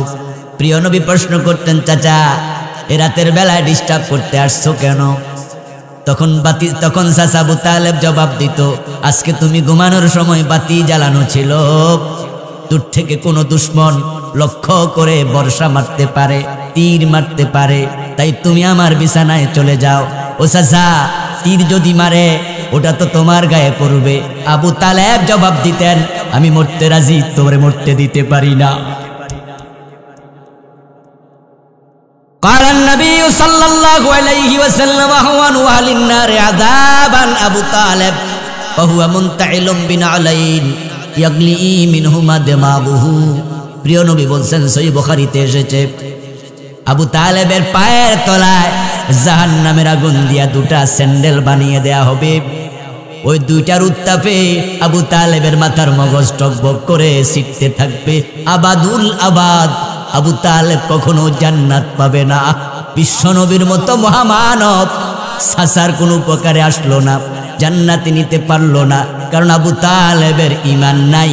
যার ঈমান নাই তার কপালে সফলতাও নাই। তাই জান্নাতে যেতে হলে ঈমান দরকার, আছে না নাই? 1 নম্বর ঈমান, ঈমান লাগবেই। কিন্তু আজকের বাংলাদেশে ঈমানের সবচেয়ে বেশি কমতি, সবচেয়ে বেশি ঘাটতি দেখা দিয়েছে। নামাজওয়ালা আছে, রোজাওয়ালা আছে, হজওয়ালা আছে, কিন্তু ঈমানওয়ালা কমে গেছে। মানুষ কথায় কথায় ঈমান হারাচ্ছে। قال النبي صلى الله عليه وسلم إن العبد لا يتكلم بالكلمة من سخط الله لا يلقي لها بالا يهوي بها في جهنم। প্রিয় নবী 1400 বছর আগে বলে গেছেন, বান্দা এমন কথা বলবে যেই কথাটা গুরুত্বহীন ভাবে বলেছিল, সিরিয়াসলি বলে নাই, কিন্তু কথাটা ছিল কুফরি কালাম। ওই কথার কারণে আল্লাহ তাকে জাহান্নামের মাঝখানে ফেলে দেবে, অথচ সে বুঝবেই না ওই কথার কারণে সে কাফের হয়ে গেছে। লা ইউলকি লাহা বালা, সে এর প্রতি গুরুত্ব দেয় নাই, খামখেয়ালি করে বলেছে, অথচ ঈমান চলে গেছে। মিন সাখাতিল্লাহ, আল্লাহ তার উপর নারাজ হয়ে গেছে। এমন কাজ সে করেছে যে কাজের কারণে ঈমান চলে গেছে। মানুষ ঈমান হারাবে সবচেয়ে বেশি, কারণ শেষ জামানায় ঈমান নিয়ে আলোচনা হবে কম। নামাজের ওয়াজ আছে, রোজার ওয়াজ আছে, হজের ওয়াজ আছে, যাকাতের ওয়াজ আছে, কিন্তু ঈমানের ওয়াজ কমে গেছে। আমরা নামাজ কেমনে ভাঙে তা জানি, রোজা কেমনে ভাঙে তা জানি, ওযু কেমনে ভাঙে তা জানি, কিন্তু ঈমান কেমনে ভাঙে এটা জানে কয়জন? অথচ আল্লাহ নিজে কোরআনে কি বলেছেন, ইন্নাল্লাযীনা আমানু সুম্মা কাফারু সুম্মা আমানু সুম্মা কাফারু সুম্মা আমানু সুম্মা কাফারু সুম্মা ইজদাদু কুফরা লাম ইয়াকুনিল্লাহু লিয়াগফিরা লাহুম নিশ্চয়ই কিছু মানুষ ঈমান আনবে আবার কুফরি করবে, আবার ঈমান আনবে আবার কুফরি করবে, তারপরে কুফরিতে সীমা লঙ্ঘন করতে করতে মরে যাবে, এমন লোকের ক্ষমা নাই। এই আয়াত দিয়ে বোঝা যায় ঈমান আনার পরেও অনেক মানুষ কুফরি করবে। ও বন্ধু, রাসূলের হাতে কালেমা পড়েছে, এরপরে মুরতাদ হয়ে গেছে, ঈমান হারা হয়েছে, এমন লোকও আছে না নাই? রাসূলুল্লাহ সাল্লাল্লাহু আলাইহি ওয়াসাল্লামের হাতে কালেমা পড়ে আবার মুরতাদ হয়েছে। হযরত আবু বকর সিদ্দিক রাদিয়াল্লাহু তাআলা আনহু যখন খলিফা ছিলেন, একদল মুসলমান যাকাত দিতে অস্বীকার করেছে। এই হাদিস কি আপনারা শোনেন নাই? আবু বকর সিদ্দিক তাদের সাথে জিহাদ করেছে। মুসলমানের সাথে মুসলমানের জিহাদ জায়েজ আছে নাকি? আবু বকর যে জিহাদ করলেন, কারণ কি? যাকাত দিতে অস্বীকার করার কারণে লোকগুলো কাফের হয়ে গেছে, অথচ যাকাত দিতে অস্বীকার করার আগে তারা মুমিন ছিল। মুসাইলামাতুল কাজ্জাব যখন নিজেকে নবী দাবি করেছে, একদল লোক তাকে নবী মেনে কাফের হয়ে গেছে। কারণ কোরআনের মাঝে আছে বিশ্ব নবী, শেষ নবী। আল্লাহ যা বলবেন তার বিপরীতে কথা বলা যাবে না, আল্লাহ যা বলবেন তার বিপরীতে কাজ করা যাবে না, আল্লাহ যা বলবেন তার বিপরীতে চিন্তা করা যাবে না। আল্লাহর কোরআনের বিপরীত চিন্তা কাজ করবা, ঈমান থাকবে না। মুসাইলামাতুল কাজ্জাব দাবি করলো সে নবী, একদল মুসলমান তাকে নবী মেনেছে কাফের। কারণ প্রিয় নবী মুহাম্মদ শেষ নবী। গোলাম আহমদ কাদিয়ান নামে একজন ভণ্ড জন্ম নিল 1835 সনে। সে বড় হইয়া দাবি করলো সে নাকি নবী। গোলাম আহমদ কাদিয়ানকে নবী মনে করে এমন একদল লোক বাংলাদেশও আছে না নাই? আওয়াজ করে বলুন তো, এগুলো মুমিন না কাফের? এখন তারা কি নামাজ পড়ে না, রোজা রাখে না, হজ করে না, দাড়ি টুপি নাই, ঈমান নাই, নামাজ পড়ে লাভটা কি? আল্লাহর হাবিবের হাদিস বাস্তবায়ন হয়ে গেছে। কালান নবী সাল্লাল্লাহু আলাইহি ওয়াসাল্লাম, ইয়াতি আলান নাসি জামানুন ইয়াজতামিউনা ফিল মাসাজিদি লাইসা ফীহিম মুমিন।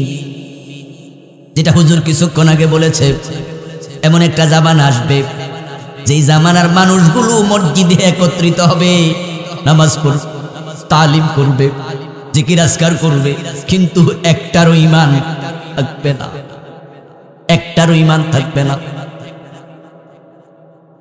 তাকুনু বাইনা সাআতি ফাতারুন কাকাতাইল লাইলিল মুসলিম ইউসবিহু ফীহা আর-রাজুলু মুমিনান ফায়ুমসি কাফিরা। প্রিয় নবী ভবিষ্যৎবাণী করতেছেন, কিয়ামতের আগে এমন ফিতনা চারদিক থেকে আসবে অন্ধকার রাতের মতো। এই ফিতনার কারণে কিয়ামতের পূর্বে অবস্থাটা এমন হবে, মানুষ সকাল বেলায় মুমিন থাকবে, সন্ধ্যা বেলায় কাফের হয়ে যাবে। সকাল বেলায় মুমিন ছিল, সন্ধ্যা বেলায় কাফের হবে। কাফের হতে হতে হতে হতে হতে হতে অবস্থা এমন হবে, পুরা জমিনে একজন মুমিন আর থাকবে না। যখন পুরা জমিনে একজন মুমিন থাকবে না, আকাশ এবং জমিনটাও আর। সহিহ মুসলিমের হাদিস, কালান নবী সাল্লাল্লাহু আলাইহি ওয়াসাল্লাম, লা তাকুমুস সাআতু আলা হাদিন ইয়াকুলু আল্লাহ আল্লাহ আল্লাহ আল্লাহ বলার মতো যদি একজনও থাকে, কিয়ামত হবে না। এবার আপনারা একটু জবাব দিন, কিয়ামত হবে কিনা? কিয়ামত হওয়ার সম্ভাবনা আসেনি? সম্ভাবনা নিশ্চিত। কিয়ামত হবে কিনা? তাহলে হাদিসে তো আছে একজন মুমিন থাকলো কিয়ামত হবে না। এই হাদিস দিয়ে বোঝা যায় যখন কিয়ামত হবে ঈমানদার একজনও আর থাকবে না, কিন্তু মসজিদে নামাজি থাকবে। মাসাজিদুহুম আমিরাতুন ওয়া হিয়া খারাবুম মিনাল হুদা।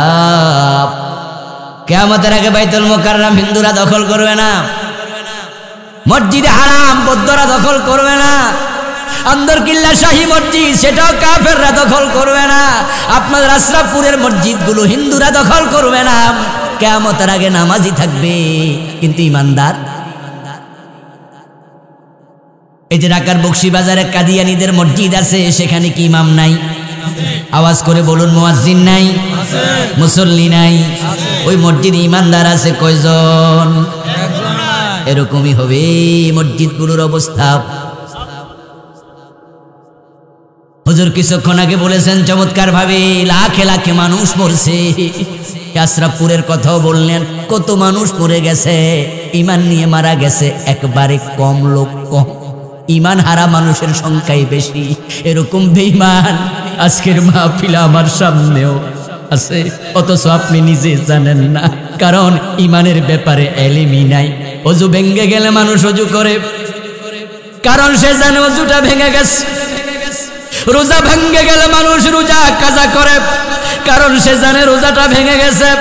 নামাজ কোনো কারণে ভেঙে গেলে নামাজ আবার আদায় করে, কারণ সে জানে আমার নামাজ ভেঙে গেছে। কিন্তু ইমান কোন কারণে ভাঙে এটা জানি না, যার কারণে ভাঙ্গা ইমান লইয়া সে মারা যাচ্ছে।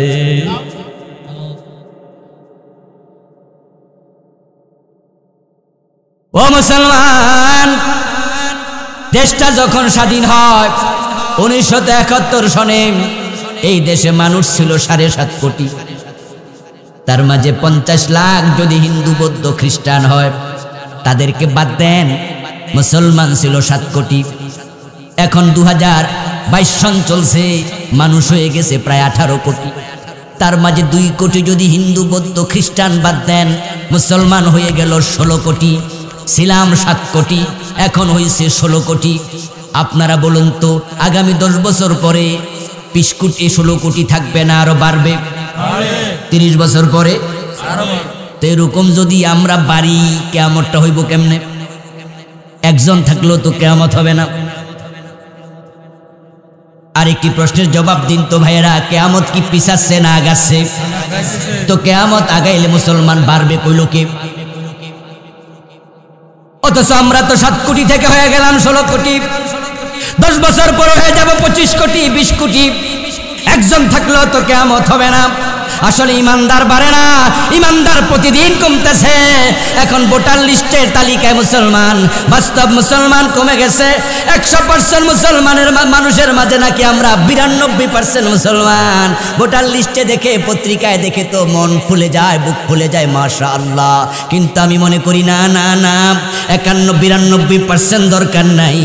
প্রকৃত মুসলমান যদি 51% থাকতো, তাহলে বাংলাদেশ অনেক আগে আল্লাহর কোরআনের আইনে চলত। ব্রিটিশ আইনে বাংলাদেশ চলার কথা ছিল না। সকালবেলায় মোমেন থাকবে, সন্ধ্যাবেলায় কাফের হবে। কিভাবে কিভাবে এটা হবে? এবার শুনুন, মানুষ এমন চিন্তা লালন করবে যে চিন্তার কারণে তার ঈমান যাবে। যেমন বন্ধু, কোরআন মাজিদ আল্লাহ তাআলা বারবার বলেছেন, আমি মানুষ বানাইছি মাটি থেকে। এমন আয়াত আসেনি? কথা বলতে হবে, আছে? লাকাদ খালাকনাল ইনসানা মিন সুলালাতিন মিন তিনিল লাযিব মিন সালসালিন কাল ফাখার মিন হামাইম মাসনুন। আল্লাহ বারবার বলে আমি মানুষ বানাইছি মাটি থেকে। কিন্তু ইদানিং কিছু শিক্ষিত লোক বাইর হইছে, তারা বলে মানুষ হইছে বানর থেকে। এই চিন্তার নাম হলো বিবর্তনবাদ। এটার উদ্ভাবক ছিল মিস্টার ডারউইন। ওই ডারউইন মিয়া কইছে মানুষের পূর্ব বংশ ছিল বানর, মানুষ বানর থেকে হয়েছে। আর আমার আল্লাহ বলে মানুষের পূর্বপুরুষ হলো আদম, আদম মাটি থেকে হয়েছে। যদি বানর থেকে মানুষ হয়, এই চিন্তা তুমি লালন করো। কোরআনের সাথে মিল না বেমিল? কোরআনের সাথে চিন্তার যখন বেমিল হবে, ঈমান আর থাকবে না। মানুষ কেমনে কাফের হবে? এই কোরআন মাজিদের বিসমিল্লাহর বা থেকে মিনাল জিন্নাতি ওয়ান নাসের সিন পর্যন্ত যতগুলো হরফ আছে, যতগুলো বিধান আছে, মেসেজ আছে, সবগুলো একসাথে বিশ্বাস করার নাম হলো ঈমান। কেউ যদি বলে আমি এক অক্ষর বিশ্বাস করি না, ঈমান আছে না গেছে? সবটা মানার নাম ঈমান। মানি নাই শব্দ বলার কোনো সুযোগ? আরে মানবো কি মানবো না, এরকম একটু ভাবনা চিন্তা কইরা বলবো, তাও তুমি কাফের। কারণ মুমিন যে হবে সে বলবে ক্বালু সামিনা ওয়া আতানা, শুনলাম এবং মানলাম। শুনলাম, আচ্ছা মানবো কিনা একটু ভাবি, তুমি মুমিন? এই কথাটা আমার নয়, এটা কোরআনের কথা। আল্লাহ বলছেন মা কানা লিল মুমিনিন ওয়ালা মুমিনাতিন ইযা কাদাল্লাহু ওয়া রাসূলুহু আমরান আইয়াকুনা লাহুমুল খিয়ারাতু মিন আমরিহিম। আল্লাহ বলছেন আমি এবং আমার রাসূল যা বলবো, যা ফয়সালা দেব, যা ঘোষণা করব, যদি কোনো ব্যক্তি বলে নারী হোক আর পুরুষ হোক, মানবো কি মানবো না, এই এখতিয়ারটাও তার নাই, এটা বলার সুযোগও তার নাই। বললে সে মুমিনের কাতারে আর থাকতে পারবে না। সে শুধু বলবে শুনলাম আর মানলাম। এই কথাটাকে রাসূলুল্লাহ সাল্লাল্লাহু আলাইহি ওয়াসাল্লাম আরো চমৎকার উদাহরণ দিয়ে বুঝালেন। ক্বালান নবিয়্যু সাল্লাল্লাহু আলাইহি ওয়াসাল্লাম আল মুমিনু কাল জামালিল আনিফ হাইসুমা কিদান কাদ। সে ব্যক্তি মুমিন যে হবে ওই ওটের মতো, যে ওটের নাকের ভিতরে মালিক রশি ঢুকাইয়া দিছে। যে ওটের নাকের ভিতরে মালিক রশি ঢুকাইছে, ওই ওট স্বাধীন না পরাধীন? বলেন না ভাইয়েরা, স্বাধীন না পরাধীন? মন মতো চলে না মালিকের টান মতো? ঠিক তুমি যদি মুমিন হও, মালিক যা বলবে দ্বিমত করার সুযোগ তোমার। ওট যদি মালিকের টান মতো না চলে, নাক ছিঁড়ে যায়। তুমি যদি তোমার রবের কথার সাথে দ্বিমত করো, তোমার ঈমান ছিঁড়ে যায়। আচ্ছা আপনারা বলুন তো, শয়তান ইবলিস মুমিন না কাফের? সে আল্লাহর কয়টা আইনের সাথে দ্বিমত করেছে? জোরে বলেন কয়টা? আল্লাহ বলছে আদম রে সিজদা করো, সে কয় না। ঈমান আছে না গেছে? এখন আল্লাহ কোরআনে কি বলে শোনো, চোর ধরে হাত কাটো। 50 বছরে হ্যাঁ কইছেন না না কইছেন? আল্লাহ বলে জেনা করলে 100 বেত লাগাও, বিবাহিত হলে হাদিসে আছে পাথর মারো, মদ পান করলে 80 বেত লাগাতে হবে। এমন আইন কোরআন হাদিসে আছে না নাই? আওয়াজ করে বলুন তো, শয়তান আল্লাহর কয়টা আইন মানে নাই? আর বাংলাদেশের লোক মানে না কয়টা? তো শয়তান কাফের হইছে, আমনের খবর কি? আমার বন্ধু কাদিয়ানি কাফের, সব হুজুর একমত হইয়া ফতুয়া দেয়। আমি দেখেছি কাদিয়ানি কাফের হয়েছে, কোরআনের 4 অক্ষরের সাথে বিক্রয় করেছে। খা আলিফ তা মিম, খাতামান নবিয়্যিন। 4টা অক্ষর কাদিয়ানি মানলো না, ঈমান তাদের থাকলো না। এখন বাংলাদেশের ডজন ডজন মুসলমান হাজার হাজার হরফ মানে না, অথচ মুসলমানের দাবি করছে। তাহলে কাদিয়ানির দোষ কি? এরা কাফের হলো কোন কারণে? একটা উদাহরণ দিলে বুঝবেন। যেমন আল্লাহ বলেছেন লাহুল খালকু ওয়াল আমর, সাবধান সৃষ্টি যার, আইন চলবে শুধুই তার। এই কথাটা কার? জোরে বলেন কার? এবার আওয়াজ করে বলুন তো, সৃষ্টি কার? তাহলে আইন চলবে কার? তো বাংলাদেশ আল্লাহর আইন চলে না, ব্রিটিশ আইন চলে। তো ব্রিটিশ আইন মাইনা আল্লাহর গোলাম থাকবা কেমনে? আলা লাহুল খালকু ওয়াল আমরু, এখানে অক্ষর আছে 15টা। সাবধান সৃষ্টি যার, আইন চলবে শুধু তার। ইনিল হুকমু ইল্লা লিল্লাহ, আল্লাহ ছাড়া কারো বিধান চলবে না, হুকুম চলবে না। এখন আপনি কি এর সাথে একমত হয়েছেন? একমত হলে আল্লাহর আইন কেন চলে না? হাজার হাজার নামাজি একমত হয় না। আল্লাহর আইনের কথা বললে চেহারা কালো হয়ে যায়, এমন নামাজিও আছে না নাই? আল্লাহর আইন তো সে জালেম মানেই না। আমরা যারা বলি আমাদেরকে সহ্য করে না, মৌলবাদী বলে গালি দেয়, চান্স পাইলে জেলেও ঢুকায়া দেয়, সুযোগ পাইলে ফাঁসিতে ঝুলাইয়া ছাড়ে। তোমার ঈমান কেমনে থাকবে দোস্ত?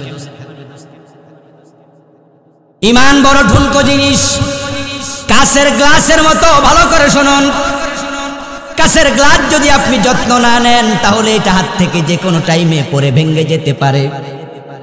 এই জমিনে ঈমানের মতো দামি কোনো জিনিস নাই, শয়তানের মতো বড় কোনো ডাকাত।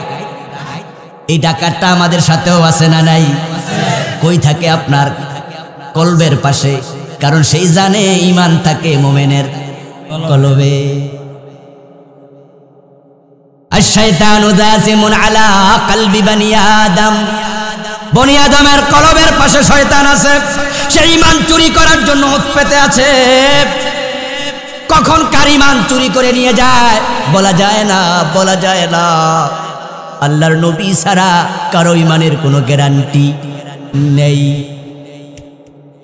হুজুর থেকে গুলো শুনেছি কামেল ক্লাসে ঈমান নিয়ে খুব পড়াইছে, ঘন্টার পর ঘন্টা শিখাইছে।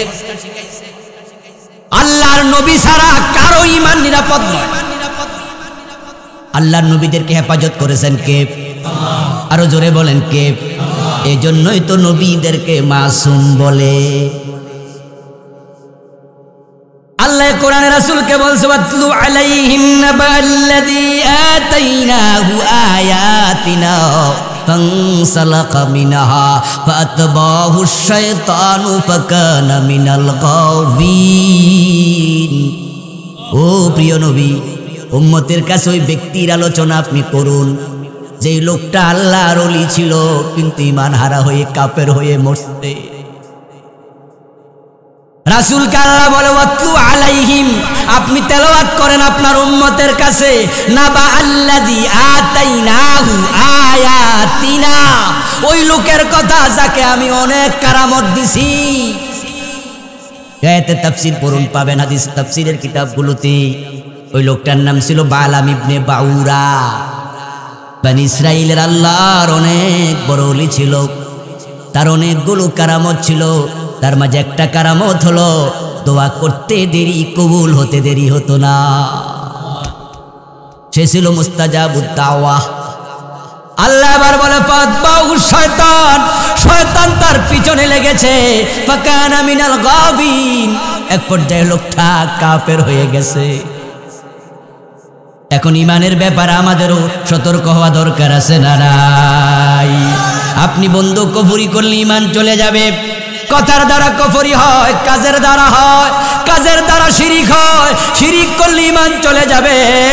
আপনি যদি মসজিদে গিয়ে আল্লাহর সেজদা দেন, দরবারে গিয়ে পীরের পায়ে সেজদা দেন, এমন লোক বাংলাদেশে আছে না নাই? যে পীরের পায়ে সেজদা দেয় ঈমান আছে না গেছে? লোকটা মুমিন না মুশরিক? অথচ জুমার দিন সে মসজিদে আছে না নাই? অর্থাৎ তার ঈমান যে গেছে সে টেরও পায় নাই। এই দোস্ত, তোমার সব কাজ আমার ভালো লাগে। তুমি নামাজ কালাম পড়ো, তাহাজ্জুদও পড়ো, কোরআন শরীফ মাসে খতম দেও, শুনছি। মুস্কি হাসি দিয়া কই ঠিকই শুনছো, কিন্তু একটা কাম ভালো লাগে না। কই কিরে দোস্ত কি কাম? কামটা হলো মানুষের বানানো আইনের পক্ষে মিছিল দাও, স্লোগান দাও, আল্লাহর আইনের পক্ষে তুমি থাকো না, ওদের নির্বাচনে যাও, ওদেরকে ভোট দাও। এই কামটা আমার ভালো লাগে না। তখন দোস্ত কয় রাখ রাখ বেটা, সব জায়গায় ইসলাম ইসলাম করিস না। এমন নামাজি আছে না নাই? ইসলাম সব জায়গায় মানে, এই জায়গায় মানে না। অথচ আল্লাহ বলছে উদখুলু ফিস-সিলমি কাফা। আরে বেটা কয় সব জায়গায় ইসলাম ইসলাম করিস না। আওয়াজ দিয়ে বলুন তো, ইসলামের কিছু যদি না মানে ঈমান আছে না? ঈমান চলে গেছে। তাই মুমিন হওয়ার জন্য আল্লাহর সব বিধান একসাথে মানতেই, কোনো দ্বিমত করার সুযোগ নেই। রাসূলুল্লাহ সাল্লাল্লাহু আলাইহি ওয়াসাল্লাম হিজরতের পরে 16 মাস অথবা 17 মাস তিনি মসজিদ আকসার দিকে ফিরে নামাজ পড়েছেন। যে মসজিদ আকসাকে বাইতুল মুকাদ্দাসকে বলা হয় মুসলমানের প্রথম কিবলা। প্রিয় নবীর অন্তরে স্বপ্ন ছিল, তামান্না ছিল, যদি কাবাকে আমার কিবলা করা হতো আমার মনে প্রশান্তি থাকতো। কিন্তু তিনি নামাজ পড়তেছেন বাইতুল মুকাদ্দাসের দিকে ফিরে। কোন একদিন বিশ্বনবী নামাজ পড়লেন আসর অথবা জোহর, 2 রাকাত শেষ করে আল্লাহর হাবিব সাল্লাল্লাহু আলাইহি ওয়াসাল্লাম বাকি 2 রাকাতের জন্য দাঁড়ালেন। 2 রাকাত পড়েছেন মসজিদ আকসার দিকে, এখন রইল আর 2 রাকাত। এই অবস্থা আল্লাহ তাআলা আয়াত নাযিল করছেন ফাওয়াল্লি ওয়াজহাকা শাতরাল মসজিদিল হারাম। ও নবী, আপনার চেহারা আপনি কাবার দিকে ফিরান। নামাজ বাকি আছে কয় রাকাত? জোরে বলতে হবে কয় রাকাত? আল্লাহর নবী তো চিন্তাও করতে পারতেন আমরার মতো। আমরা যেমন চিন্তা করি কিছু তো মানতেছি, বাকিটা পরে মানব। রাসূলও ভাবতে পারতেন এই ওয়াক্ত যেহেতু 2 রাকাত পড়া লাইছি, তাহলে বাকি 2 রাকাত পড়া সারি, আগামী ওয়াক্ত থেকে মসজিদ হারামের দিকে ফিরব। যারা জানেন জবাব দিন। রাসূল কি সাথে সাথে মুখ ফিরাইছেন না দেরি করছেন? এটাই হলো ইমানদারের কাজ। ক্বালু সামিনা ওয়া আতানা, আমার আল্লাহ যা বলবে শুনলাম এবং মানলাম। শুনতে দেরি, মানতে দেরি করা যাবে না। এখন আল্লাহ তাআলা কই সুর ধরে হাত কাটো, 50 বছরই মানলেন না। ডাকাত ধরে শুলে দাও, 50 বছরই মানলেন না। আল্লাহ কয় 5 ওয়াক্ত নামাজ পড়ো, 5 ওয়াক্ত নামাজের মাঝে আজকের দিনেও 1 ওয়াক্ত পড়ে নাই এমন কিছু মুসলমানের বাচ্চা আছে না নাই? বিগত রমজান 1 মাস রোজা রেখেছি আমরা, ওই 30 রোজার মাঝে একটাও রাখে নাই এমন মুসলমানের সন্তানও আছে। আল্লাহর হাবিব নামাজের মাঝে ফিরে গেল কাবার দিকে। যেই মসজিদে রাসূলুল্লাহ সাল্লাল্লাহু আলাইহি ওয়াসাল্লাম 2 রাকাত কাবার দিকে পড়লেন, 2 রাকাত মসজিদ আকসার দিকে পড়লেন, ওই মসজিদের নাম মসজিদুল যিল কিবলাতাইন। ইসলামের ইতিহাসে এসে মসজিদকে বলে 2 কিবলার মসজিদ। সুবহানাল্লাহ। ইমানদার সফল হওয়ার জন্য তুমি মুমিন হও, এটা প্রথম কথা। এবার দ্বিতীয় আয়াত, ওয়াল্লাযীনা হুম ফি সালাতিহিম খাশিউন। সফল মুমিন, জান্নাতি মুমিন যদি হতে চাও, তারাই তো সফল যারা নামাজের মাঝে খুশুওয়ালা হয়ে যায়। সুবহানাল্লাহ। যারা নামাজি হবে, খুশু খুজুর সাথে নামাজ পড়বে, তারা হবে সফল। আমার প্রিয় ভাই, এখন সফলতা তো বহুদূর। মুসলমান নামাজটাই তো ছেড়ে দিচ্ছে। ফজরের পরে মসজিদে ডানে বামে সালাম ফিরায়া তাকালে মনটা বড় খারাপ হয়ে যায়। এমন মসজিদ আছে 2 কাতার, 1.5 কাতার, 1 কাতার। এমন মসজিদও বাংলাদেশে আছে ইমাম মুয়াজ্জিন সারা মুসল্লি একজনও নেই। যেই লোকগুলো ঘুমায়া ঘুমায়া ফজর শেষ করে দিল, চাকরি বাকরিতে জোর শেষ করে দিল, খেলতে খেলতে আসর শেষ করলো, বাজারে মোবাইল টিপতে টিপতে মাগরিব এশা শেষ করে দিল, ওই লোকটা নিজেকে মুসলিম দাবি করছে। অথচ হাদিস কি? কালান নবী সাল্লাল্লাহু আলাইহি ওয়াসাল্লাম ইন্না বাইনার রাজুল ওয়া বাইনাশ শিরকি ওয়াল কুফর তারকাস সালাহ। একজন ব্যক্তি মুমিন না কাফের, তার পরিচয় হলো নামাজ। যে লোক নামাজ ছেড়ে দেয় সে আর ইমানদার থাকে না। হাদিসে এসেছে, মান তারাকা সালাতান মুতাআম্মিদান ফাকাদ কাফারা। যে ইচ্ছা করে নামাজ ছেড়ে দিল সে কুফরি করলো, সে কাফের হয়ে গেল। লিকুল্লি শাইইন আলাম ওয়া আলামুল ঈমানিস সালাত। সব জিনিস চিনার জন্য কিছু সিমটম আছে, কিছু আলামত আছে, কিছু চিহ্ন আছে। পুরুষ চিনা যায় চেহারার দিকে তাকালে, নারী চিনা যায় চেহারার দিকে তাকালে। কোনটা হাতি কোনটা বাঘ চেহারার দিকে তাকালে চিনা যায়। চিনার জন্য আলামত আছে। কার ঈমান আছে কার ঈমান নাই, তা চিনার আলামতের নাম হলো শুধুই নাই। ইমানদারের কোন আলামত তার মাঝে আর নেই। এজন্য আব্দুল্লাহ ইবনে মাসউদ রাদিয়াল্লাহু তাআলা আনহু বলেছেন, লা দীনা লিমান লা সালাতা লাহু। ভালো করে শুনুন, অনেক বড় মুফাসসির সাহাবী, তিনি বলতেছেন যে ব্যক্তির নামাজ নাই সে ব্যক্তি দ্বীনওয়ালা, এটা বলার সুযোগ আর নেই। রাসূলুল্লাহর একজন বড় সাহাবী আব্দুল্লাহ ইবনে ওমর রাদিয়াল্লাহু তাআলা আনহুমা বলতেছেন, লা হাজ্জা ফিল ইসলাম লিমান তারাকা সালাতা। যে নামাজ ছেড়ে দেয় ইসলামের মাঝে তার কোনো কন্ট্রিবিউশন আর নেই। আপনি নামাজ ছেড়ে দিয়ে নিজেকে মুমিন কেমনে বলেন? কেমনে? একটা প্রশ্ন করি, যারা আলেম ওলামা আছেন ভাইয়ারা একটু জবাব দিবেন দয়া করে। ইসলামের রকন কয়টা? মাশাআল্লাহ, আবার বলেন কয়টা? লক্ষ্য করুন, বুনিয়াল ইসলাম আলা খামস, প্রিয় নবী বলছেন ইসলাম দাঁড়ায় আছে 5টা খুঁটির উপরে। 1 নাম্বার খুঁটি ঈমান। কি? আচ্ছা, ঈমান কি দেখা যায়? ধরা যায়, ছোঁয়া যায়, দেখানো যায়? ঈমান থাকে কোথায়? কলবের মালিক কে?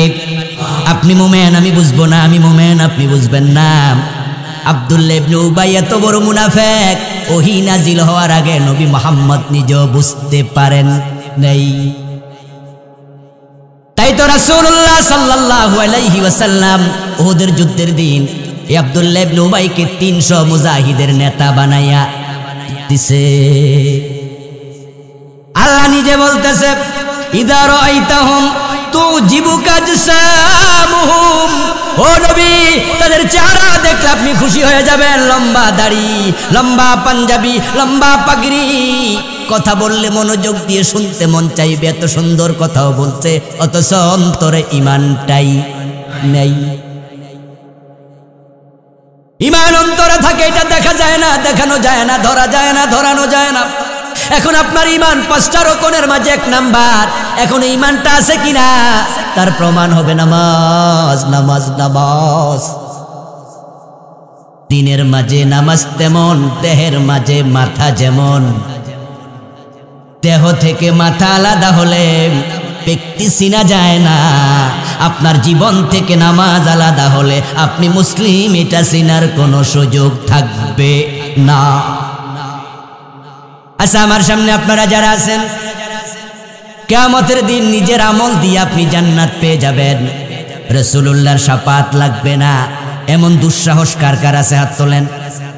কারো আছে? আমাদের রাসূলের শাফাত দরকার আছে না নাই? শাফাতের তামান্না অন্তরে আছে না নাই?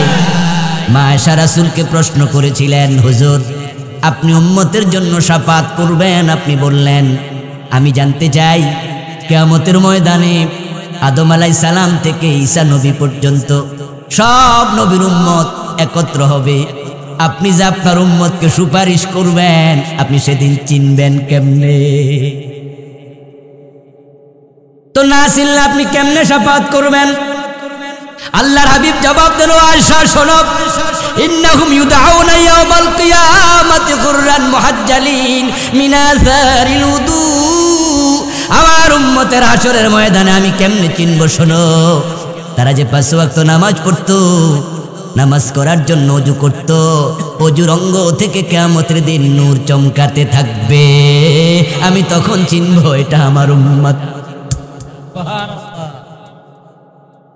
আমি মিজানের গোড়া দাঁড়ায় থাকবো, যদি দেখি আমার নূর চমকানো হাত থেকে, চেহারা থেকে, মাথা থেকে, পা থেকে, ওই উম্মতটা কোনো কারণে ধরা খাইয়া গেছে, তার হাত পা থেকে নূরের ঝলক দেখে আমি বুঝবো এটা আমার নামাজি উম্মত, তখন আমি তার জন্য সুপারিশ করব। এবার রাসূলের সুপারিশ পেতে হলে নামাজটা দরকার আছে না না? ইসলামের 5টা রকম। এবার শুনুন, নামাজ দেহের মাথার মতো, ইসলামের অবস্থান দ্বীনের মাঝে নামাজ এমন 2টা মিল। দেহের মাঝে মাথা নাই, আপনাকে কেউ চিনবে না।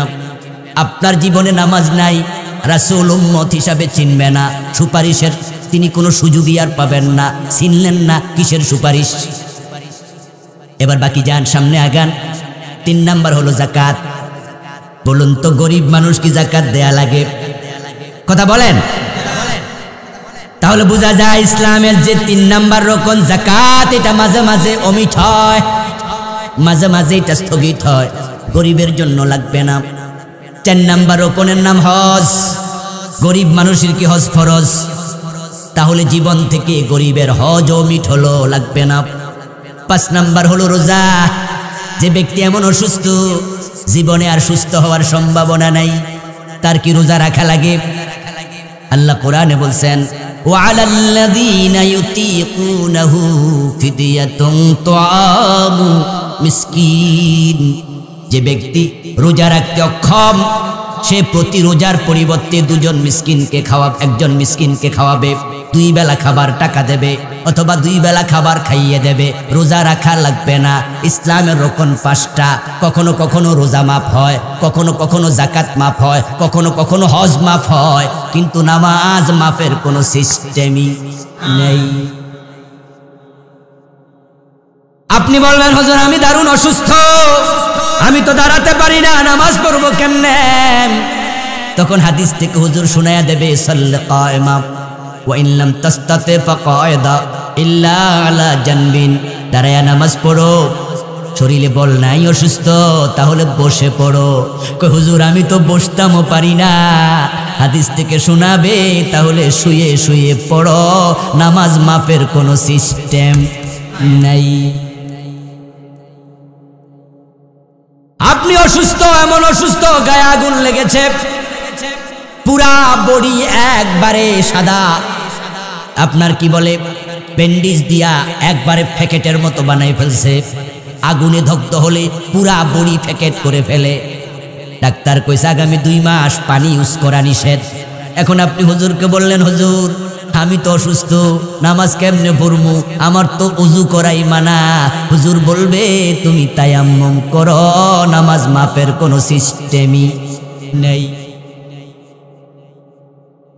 ও ভাই, মুমিনের জীবন থেকে নামাজ আলাদা হবে না, এটা তোমার ঈমানের পরিচয়। এই জন্য কবরের প্রথম প্রশ্ন হবে নামাজ। হাসরের ময়দানে মানুষ যখন উত্থিত হবে প্রথম প্রশ্ন হবে নামাজ। আমলনামা যখন হাতে দিয়ে প্রশ্ন আল্লাহ করবেন, হিসাব নিকাশের প্রথম প্রশ্ন হবে নামাজ। যে ব্যক্তি নামাজে ধরা খাবে সে আর সারা পাবে না, যে নামাজে সারা পাবে সে আর ধরাই খাবে না। সুবহানাল্লাহ বলবেন না? আমরা জানি ফেরেশতা প্রথম প্রশ্ন করবে মান রাব্বুক, দ্বিতীয় প্রশ্ন আমা দীনুক, 3 নাম্বার প্রশ্ন আমার হাজার রাজুল অথবা আমার নবিয়ুক। কিন্তু হাদিসে পাওয়া যায় প্রশ্নগুলোর আগে আল্লাহ নিজে একটা প্রশ্ন করবেন। ওই প্রশ্নটা মৌখিক হবে না, ওটা হবে সাইকোলজিক্যাল। ক্বালান নবী সাল্লাল্লাহু আলাইহি ওয়াসাল্লাম ইযা উকবিরাল মাইয়িত মুসিলাত লাহু শামসু ইনদা গুরুবিহা। মানুষ যখন কবরস্থ করা হবে, রাতের 12টা হোক দিনের দুপুর বেলায় হোক, কবরস্থ মানুষকে ফেরেশতা জাগাবে। ফায়ুজলিসানিহি, মুনকার নকির তাকে তুলে বসাবে। তারপরে তার ডাইরেক্ট প্রশ্ন শুরু করবে মান রাব্বুকা। অথচ সে নিজের চোখে দেখতে পাবে সূর্যটা ডুবে যাচ্ছে, সূর্যকে ডুবন্ত অবস্থায় হাজির করবেন কে? আল্লাহ পরীক্ষা নেবে, দেখি নামাজের ব্যাপারে সে কি বলে, নাকি ফেরেশতার সাথে গল্প শুরু করে। আল্লাহর হাবিব বলছেন ইয়াজলিসু ইয়ামসাহু আইনাইহি ফায়াকুলু দাউনি উসাল্লি। যে ব্যক্তি দুনিয়ায় কখনো নামাজ ছাড়ে নাই, 5 ওয়াক্ত নামাজের যত্ন নিত, কোনোদিন জোহরের নামাজ পড়ে ঘুমিয়ে গেছে, কেউ ডাকেনি, মোবাইলে অ্যালার্ম দিতে ভুলে গেছে, একা একা আছে এমন জায়গায় যেখানে ডাকার মতো লোকও নাই, অথবা আপনজনেরা বাড়িতে ডাকে নাই, হঠাৎ করে জেগে উঠেছে, উঠেই দেখে সূর্য ডুবে যাচ্ছে, ঘড়ির দিকে তাকায়া দেখে সূর্য ডুবতে আর 5 মিনিট 10 মিনিট বাকি আছে। ওই নামাজি ব্যক্তি তখন পাগলের মতো দৌড় মারবে ওযু করতে, ইন্না লিল্লাহ ইন্না লিল্লাহ, হায় হায় আসর তো গেল, আসর তো গেল। ও ব্যক্তিকে পিছন থেকে যদি দেশের প্রেসিডেন্টও ডাক মারে সে থামবে না, তার কাছে ওই টাইমে আসরের নামাজের মতো গুরুত্বপূর্ণ কাজ পৃথিবীতে আর একটাও নাই। কি যে ব্যথা বিষে বুঝিবে সে কিসে, কবু আসে বিষে ধ্বংসে নিজারে। আপনারা যারা নামাজে ফাঁকিবাজ, আপনি আমার ওয়াজ বুঝবেন না। আর আপনারা যারা নামাজ কোনোদিন ছাড়েন না, বিমানও নামাজ পড়ে। হাসরের ময়দানে আল্লাহ তাআলা হিসাব নেয়ার জন্য যখন কাহার সুরত ধরে প্রকাশিত হবেন, আল্লাহ যখন ইয়াকশিফু রাব্বুনা আন সাকিহি, সহিহ বুখারীর হাদিস শোনাচ্ছি, হুজুর অনুমতি দিছি বিদায় সাহস করে কথাগুলো বলতেছি। হুজুরের সামনে হাদিস বলা আমাদের জন্য চরম বেয়াদবি। আমার বন্ধু প্রিয় নবী বলছেন ইয়াকশিফু রাব্বুনা আন সাকিহি। আল্লাহ যখন প্রকাশিত হবেন হাসরের ময়দানে, আল্লাহর নালা আল্লাহ উন্মোচিত করবেন, এর মানে আল্লাহ প্রকাশিত হবেন। আল্লাহকে দেখার সাথে সাথে প্রশ্ন করা লাগবে না। আল্লাহ তখনও হিসাব নিতে আসেন নাই। আল্লাহকে আল্লাহর বান্দারা দেখবে, ইয়াসজুদু লাহু কুল্লু মুমিনিন ওয়া মুমিনা। আল্লাহকে দেখার সাথে সাথে আল্লাহর মুমিন বান্দা বান্দি নিচ থেকে সিজদায় পড়ে যাবে। প্রতিদিন আমরা 5 ওয়াক্ত নামাজে সিজদা করি কাকে? যে আল্লাহকে 80 বছর 100 বছর সিজদা করেছি, কোনোদিন দেখি নাই। আজকে আল্লাহকে দেখার সাথে সাথে সিজদার লোভ মুমিনরা সামলাতে পারবে না। সিজদায় পড়ে গেল সব মুমিন, ফায়াসজুদুনা লাহু তাবিলা। ইবনু মাজাতে এসেছে ভিন্ন হাদিস, প্রিয় নবী বলতেছেন এত লম্বা সিজদা দেবে, যারা সিজদায় পড়বে তারা মাথা তুলতে চাইবে না।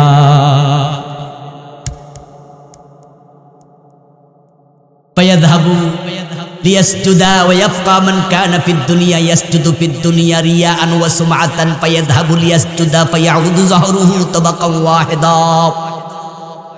এখন মুমিনদেরকে সিজদায় যেতে দেখে যারা দুনিয়ায় ফাঁকিবাজ নামাজি ছিল, মানুষকে দেখাইতে নামাজ পড়ে, এমন কিছু নামাজিও আছে না নাই?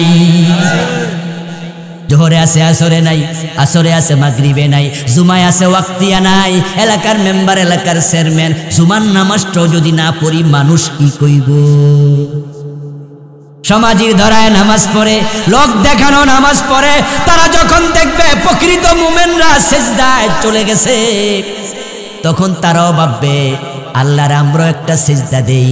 প্রিয় নবী বলেন তাদের মেরুদণ্ডের হাড্ডি কাঠের মতো সোজা হয়ে থাকবে, তারা চাইলেও সিজদা করতে পারবে না। ও বেনামাজি, তুমি সাবধান, তুমি ফেল করলা আবার। ইয়াসজুদুনা লাহু তাবিলা। প্রিয় নবী বলেন তারা লম্বা সিজদা করবে, মাথা তুলবে না। এক পর্যায়ে আল্লাহ নিজে ঘোষণা করবে, ইরফাউ রুসাকুম ক্বাদ জাআলনা ইদ্দাতাকুম ফিদাআকুম মিনান নার। হিসাব কিন্তু শুরু হয় নাই, আল্লাহকে দেখে সিজদায় চলে গেছে। আল্লাহ আবার বলবে, ও আমার সিজদাওয়ালা বান্দা বান্দি, তোমরা মাথা তোলো, মাথা তোলো। আমি তোমাদেরকে জাহান্নামের যেই জায়গায় ফেলতাম, আমি ওয়াদা দিলাম এই জায়গায় অন্যকে ফেলবো, তোমাকে জাহান্নাম থেকে নাজাত দিয়ে দিলাম। অথচ তখন হিসাবই শুরু হয় নাই। নামাজি পাশ করে ফেলেছে, বেনামাজি ফেল। দীর্ঘ সময় চলে যাবে, রাসূলুল্লাহ সাল্লাল্লাহু আলাইহি ওয়াসাল্লাম আল্লাহর কাছে শেষ পর্যন্ত বলবে, আল্লাহ হিসাব শুরু করুন। ওই যে লম্বা হাদিস আপনারা শুনেছেন, মানুষ আদমের কাছে যাবে, আদম বলবে পারবো না। ইব্রাহিমের কাছে যাও, ইব্রাহিম আলাইহিস সালাম বলবেন পারবো না। এই হাদিসটা শুনছেন না? রাসূলের কাছে আসবে, এটার নাম শাফাআতে কুবরা। বিশ্বনবী বলবেন, আল্লাহ আপনি দয়া করে হিসাব শুরু করুন। এবার আল্লাহ হিসাব শুরু করবে, একজন একজন করে হিসাবে আল্লাহ নিবে, একজন একজন করে যাওয়া লাগবে। ইয়াসলাউনাহা ইয়াউমাদ্দিন ওয়া মা হুম আনহা বিগাইবিন। কেউ সেদিন পলানোর কোনো সুযোগ নাই, কেউ পালাতে পারবেন না। প্রিয় ভাই, আল্লাহ আপনাকে নেবে সামনে, হিসাব দে। ইকরা কিতাব, তোর কিতাব তুই পড়। গদ্দানে আমি ঢুকায় রাখছিলাম, এখন হাতে দিলাম। হিসাব যখন আল্লাহ শুরু করবেন, প্রিয় নবী আবার বলছে, আউয়ালু মা ইউহাসাবু বিহিল আবদু মিন আমালিহি ইয়াউমাল কিয়ামাতি সালাতুহু। আমলনামা হাতে দিয়া 1 নম্বরে আল্লাহ বলবে, তোর নামাজের হিসাবটা আগে দে। ও ভাই, তুমি নামাজ না পড়ে কেমনে ঘুমাও? কেমনে ঘুমাও? কেমনে তুমি ঘুমায়া থাকো? নামাজ হলো বান্দার জন্য আল্লাহর কাছে হাজিরার মতো। কোন ব্যক্তি চাইলেও তো একসাথে 5 ওয়াক্ত নামাজ পড়তে পারবে না, নিয়ম নাই। 5 টাইমে নামাজ আলাদা। ইন্নাস সালাতা কানাত আলাল মুমিনিনা কিতাবাম মাওকুতা। নামাজ যেমন ফরজ, নামাজের ওয়াক্ত মতো নামাজ পড়া আরেকটা ফরজ, ঠিক না? আপনি 5 ওয়াক্তে হাজিরা দিচ্ছেন, আপনি আল্লাহর কাছে সিগনেচার করছেন, আল্লাহ আমি তোমার গোলামির ভিতরে আছি।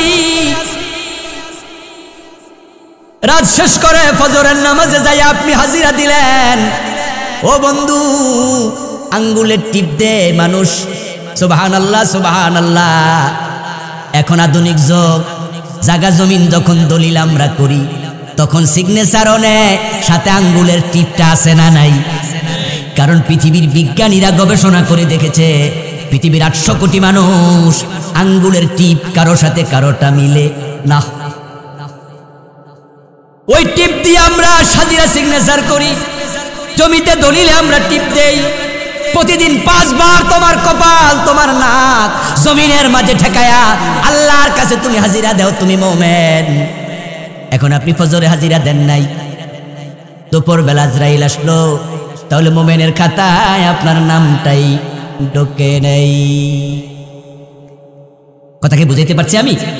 ফজরে হাজিরা দেওয়ার কথা ছিল, আপনি দেন নাই। আপনার জোহরের আগে মৃত্যু এসে গেল, মুমিনের তালিকায় তো আপনার সিগনেচারই নাই। আপনারা যারা স্কুলে চাকরি করেন, মাদ্রাসায় চাকরি করেন, অফিসে চাকরি করেন, আমরা যারা চাকর, আমরা যারা চাকুরিজীবী, আমরা অফিসে গেলে প্রথম কাজটাই কি? কথা বলেন না, প্রথম কাজ কি? এই জন্য টিচাররা গিয়ে হাজিরা দেয়। আবার যারা হাজিরা দেয় শিক্ষক, তারা ক্লাসে গিয়া প্রথম ক্লাসে কি করে? হাজিরা নেয়। আধুনিক অফিসগুলোর মাঝে এখন ফিঙ্গার প্রিন্ট দেয়, তারা চাপ দেয়, অফিসে দরজা খুলে যায়। আরো আধুনিক হয়েছে, এখন আইডি কার্ড পাঞ্চ করে কয়টায়, কয় মিনিটে, কয় সেকেন্ডে ঢুকেছেন সেটা পর্যন্ত রেকর্ড হয়। এখন আমি স্কুলে গেছি, মাদ্রাসায় গেছি, শিক্ষক হিসাবে হাজিরা খাতা সিগনেচার করি নাই। এখন যদি টিওনো আসে, ডিসি সাহেব আছে, হাজিরা খাতা ধরে বসায়া দেবে, বলবা আপনি অ্যাবসেন্ট, আপনি আসেন নাই। আপনি কিছুক্ষণ পরে গিয়া বললেন স্যার আমি তো ক্লাসে ছিলাম, তখন টিওনো বলবে প্রথম কাজ ক্লাস নয়, প্রথম কাজ হাজিরা। মুমিনের হাজিরা হলো নামাজ। আপনি যদি বেনামাজি হন, আজরাইল আসবে আপনাকে পিটাইতে পিটাইতে তারপরে দুনিয়া থেকে নেবে। হুজুর সংক্ষেপে বলেছেন, কুরআন মাজিদের বিস্তারিত ব্যাখ্যা আছে। আল্লাহ তাআলা বলছেন, ওয়ালাউ তারা ইয ইয়াতাওয়াফাল্লাযীনা কাফারুল মালাইকাতু ইয়াদরিবুনা উজুহাহুম ওয়া আদবারাহুম যুকু আযাবাল হারিক। ও নবী মুহাম্মদ সাল্লাল্লাহু আলাইহি ওয়াসাল্লাম, কাফেরদেরকে যখন ফেরেশতা জান কবজ করবে, দেখা হওয়ার সাথে সাথে পিঠের মাঝে, চেহারার মাঝে জাহান্নামের চাবুক দিয়ে পিটাতে শুরু করবে। والذين تتوفاهم الملائكة طيبين يقولون سلام عليكم ادخلوا الجنة بما كنتم تعملون। আর আপনি যদি মুমিন থাকেন, হাজিরা খাতা নাম থাকে আপনি ইমানদার, আপনি কালেমাওয়ালা, ফেরেশতা এসে আপনাকে দল বেঁধে সালাম দিতে থাকবে। রাসূলুল্লাহ সাল্লাল্লাহু আলাইহি ওয়াসাল্লামের সাহাবারা যে ব্যক্তি নামাজ ছেড়ে দিত তাকে আর মুমিনই মনে করতেন না। মুস্তাদরিকে হাকিমে হাদিস আসছে, আব্দুল্লাহ ইবনে শাকিক আল-উকাইলি রাহিমাহুল্লাহ বলছেন, ইন্না আসহাবা রাসূলিল্লাহি সাল্লাল্লাহু আলাইহি ওয়াসাল্লাম লা ইয়ারাউনা শাইয়্যাম মিনাল আমালি তারকাহু কুফরান গায়রা সালাহ। কোন ব্যক্তি চুরি করেছে, সাহাবারা তাকে কাফের বলতেন না, চুরি করাকে কুফরি মনে করতেন না। চুরি করেছে হাত কেটে দাও, নামাজ যদি সে মারা যায় জানাজার নামাজ পড়াও, জেনা করেছে পাথর মারো, বিবাহিত হলে পড়ে গেলে তোমার জানাজার নামাজ পড়াও। কিন্তু যে নামাজ ছেড়ে দিত, সাহাবারা বলতো সে কুফরি করেছে। নামাজ যে পড়ে না, তার জানাজার নামাজেরও কোনো প্রয়োজন আর নাই। কিসের জানাজার নামাজ? তা আল্লাহর নবীর একজন সাহাবাও একদিন পাবেন না যিনি এক ওয়াক্ত নামাজ ছেড়ে দিয়েছেন। কোন সাহাবী জীবনে কোনো নামাজ তরক করে নাই, আর আপনি 5 ওয়াক্তের 1 ওয়াক্ত করেন নাই। আমার প্রিয় ভাইয়েরা, শুনেছি আজকের মাহফিল নাকি এলাকার কিছু যুবক ঐক্যবদ্ধ হয়ে মাহফিলের আয়োজন করেছে। আমি ধন্যবাদ জানাই যুবক ভাইদেরকে যারা কোরআনের তাফসীরের মাহফিলের আয়োজন করেছেন। কিন্তু শুনুন যুবক ভাই, অন্ধের হাতের মোমবাতি হবেন না। অন্ধের হাতের মোমবাতি হবেন না। যে লোকের চোখ নাই, মোমবাতি জ্বালায়া রাস্তার মোড়ে যদি দাঁড়ায়া থাকে, আলো নিজে পাবে না পথিক পাবে? আলো যদি অন্ধ বেটা হাতে নিয়ে দাঁড়ায়া থাকে, যাদের চোখ আছে তারা কিন্তু পথ পাবে, অন্ধ মিয়া পাবে না। তাফসীর মাহফিল করেছেন, নিজে যদি নামাজ না পড়েন, তাফসীর মাহফিল থেকে ভালো মানুষ হেদায়েত পাবে, আপনার কোনো লাভ হয় নাই।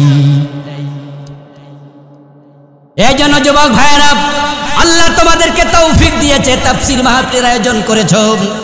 আমরা আমাদের শাইখুল হাদিস হুজুর থেকে দোয়া নেব, যুবকদের জন্য তিনি দোয়া করবেন, আমাদের জন্য করবেন। এই দোয়া যদি কাজে লাগে, হতে পারে আজকের মাহফিল তোমার হেদায়েতের ওসিলা হয়ে যাবে। এই জন্য আসুন ভাই, নামাজ নামাজ নামাজ। প্রিয় নবীর শেষ জীবনে, শেষ মুহূর্তে জীবনের তিনি একটা কথাই বলে চলে গেছেন দুনিয়া থেকে, আসসালাত আসসালাত ওয়া মা মালাকাত আইমানুকুম। ও উম্মত শোনো, নামাজ নামাজ নামাজ, অধীনস্থর ব্যাপারে সাবধান থেকো। এই কথা বলে রাসূলুল্লাহ ওনার পরিবারের সাথে আর কোনো কথা বলেন নাই। শেষ আর একটা কথা বলে চলে গেছেন, ইলার রফিকিল আলা, ইলার রফিকিল আলা। বলতে বলতে তিনি দুনিয়া থেকে বিদায় নিয়েছেন। প্রিয় নবীর শেষ কথা নামাজ। সুতরাং আজ থেকে আমরা কেউ নামাজ ছাড়ব না, যতদিন বেঁচে আছি। আমার কথার সাথে একমত হতে রাজি আছেন না নাই? আল্লাহ তাআলা আমাদের সকলকে 5 ওয়াক্ত নামাজ যথাযথভাবে যত্ন নিয়ে পড়ার তৌফিক দান করুন, বলেন আমিন।